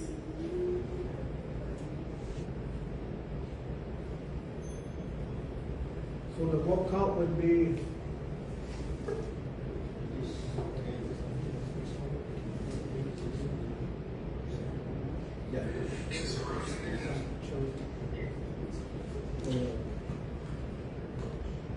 So not putting pressure by the vote counts like that. Some might not choose to vote, so that's going to be all right. Yay or nay or abstain. So just FYI, Jessica. So with her, this morning it would have been 6 delegates. I don't know I heard somebody say 7, so that's why it's 7, because I couldn't see everybody, and then somebody told me there was 7. So with Sarah, it would have been 6. Without her, it's 5. And then 4 delegates, so it's 9 that are able to vote. Okay. So if you could just kind of fix that there for the votes. Okay. Mr. Brady, this is Mr. Watson. Yes. The count should be 5 delegates and 4 executive officers. Yep. Okay.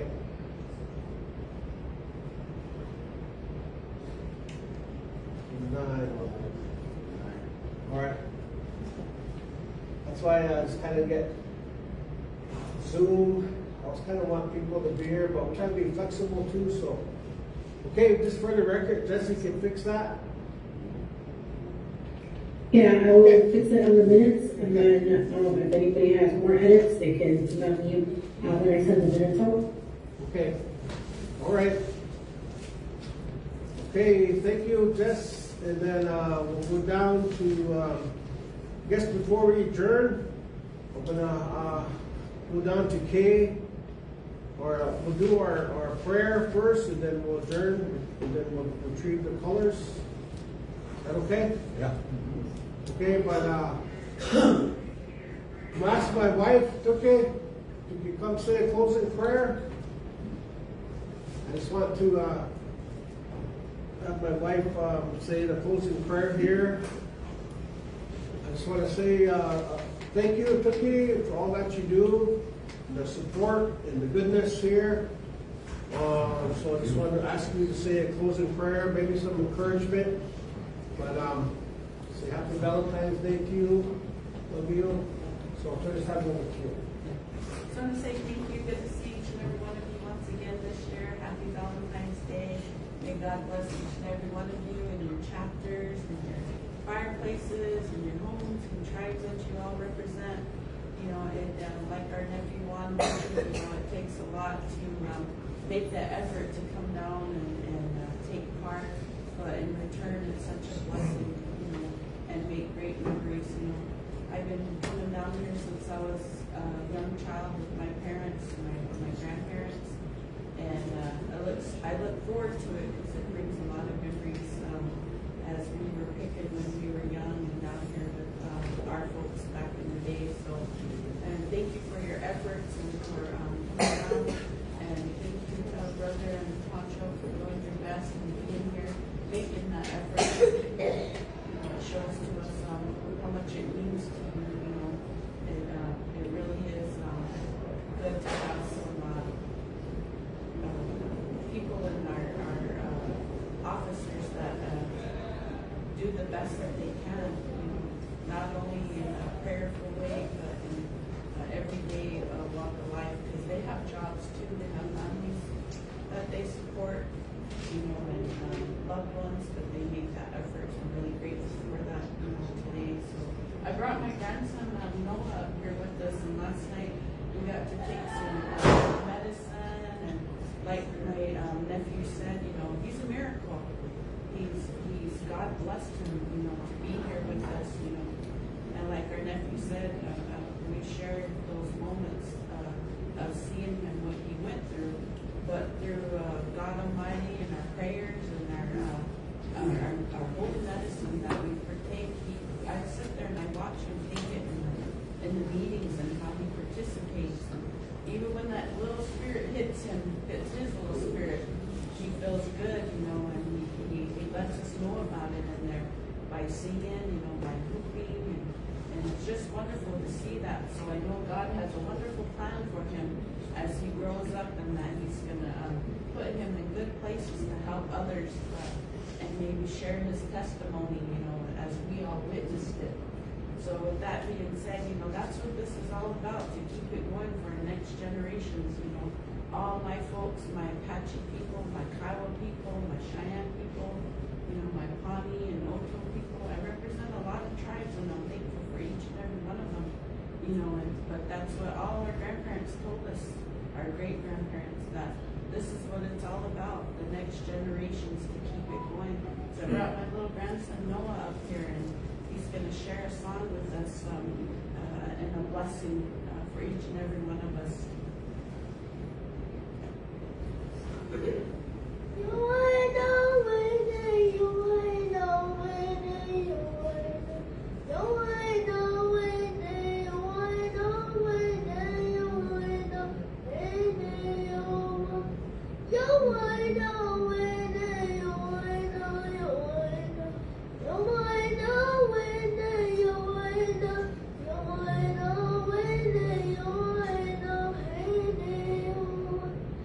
God bless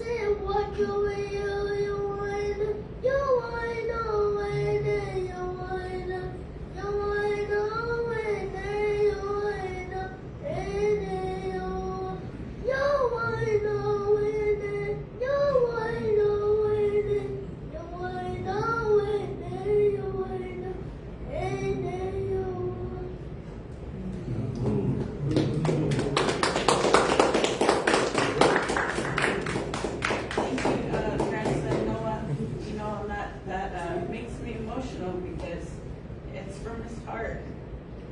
And the teachings that my nephew and niece are teaching him. He watches his grandpa and all the other relatives back home. You know, and when he participates and partakes the medicine, he knows already, you know, how to partake it, how to pray. And, you know, he started school this year, so all of his little blessings are just coming to pass for him. And so I just wanted to share that, you know, to give somebody hope, to uplift somebody, give them a good feeling today. So I want to thank our grandson Noah again, and I'll just say a short closing prayer. Our dear Heavenly Father, God, we thank you and give you all the praise and glory for each and every one of us that are in here today, God. All our relatives that came from near and far, I ask that you be with them and watch over them, their families, their clans, their tribes that they represent, God. I ask that you give them safe travel mercies as they go back home or wherever they may go from here, Lord, that you watch over them, Lord. Those that are going to participate and sit and pray tonight to you, whatever they're seeking in their life, God, that you can hear them and it'll be that way for them, our dear Heavenly Father, God. I ask that you be with each tribe that's represented here in this room today, that you bless them, their elders and their young ones, God, for this next generation needs many prayers, Lord. I ask that you watch over them, that we can overcome the negativity of this drugs and alcohol, God. That all of us that are a vessel to you, Lord, that we can do our best of providing the information and the help and the word, most of all the teachings, God. So I ask that you be with each and every one of us, the NACNA in North America, all the delegates, all the officers, wherever they may be today, God. I ask that you continue to watch over them, give them that strength as they're doing their best for each and every one of us, our church most of all, Lord. I ask that you be with each and every one of us, from the youngest to the oldest, our dear Heavenly Father, God, and give them safe travel mercies once again. I ask all these things in Jesus' name. Amen. Hey, maybe alphabet, volunteers for the color guard to retrieve the color, please.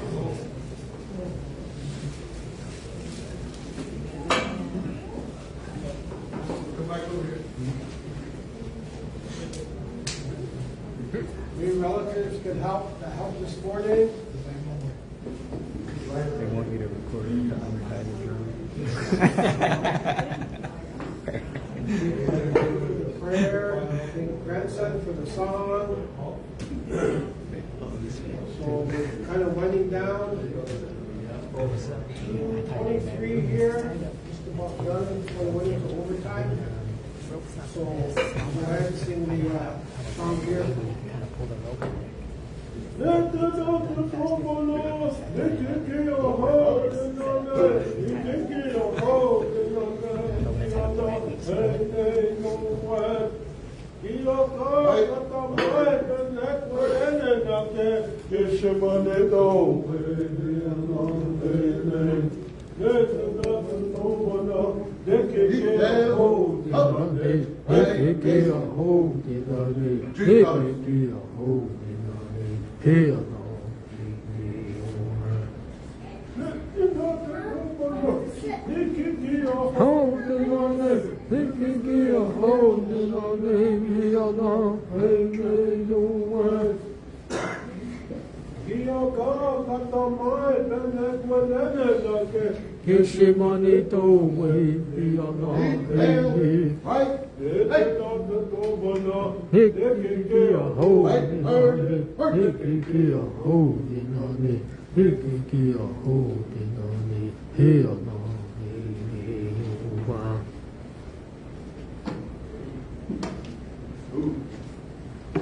thank our veterans and our delegates.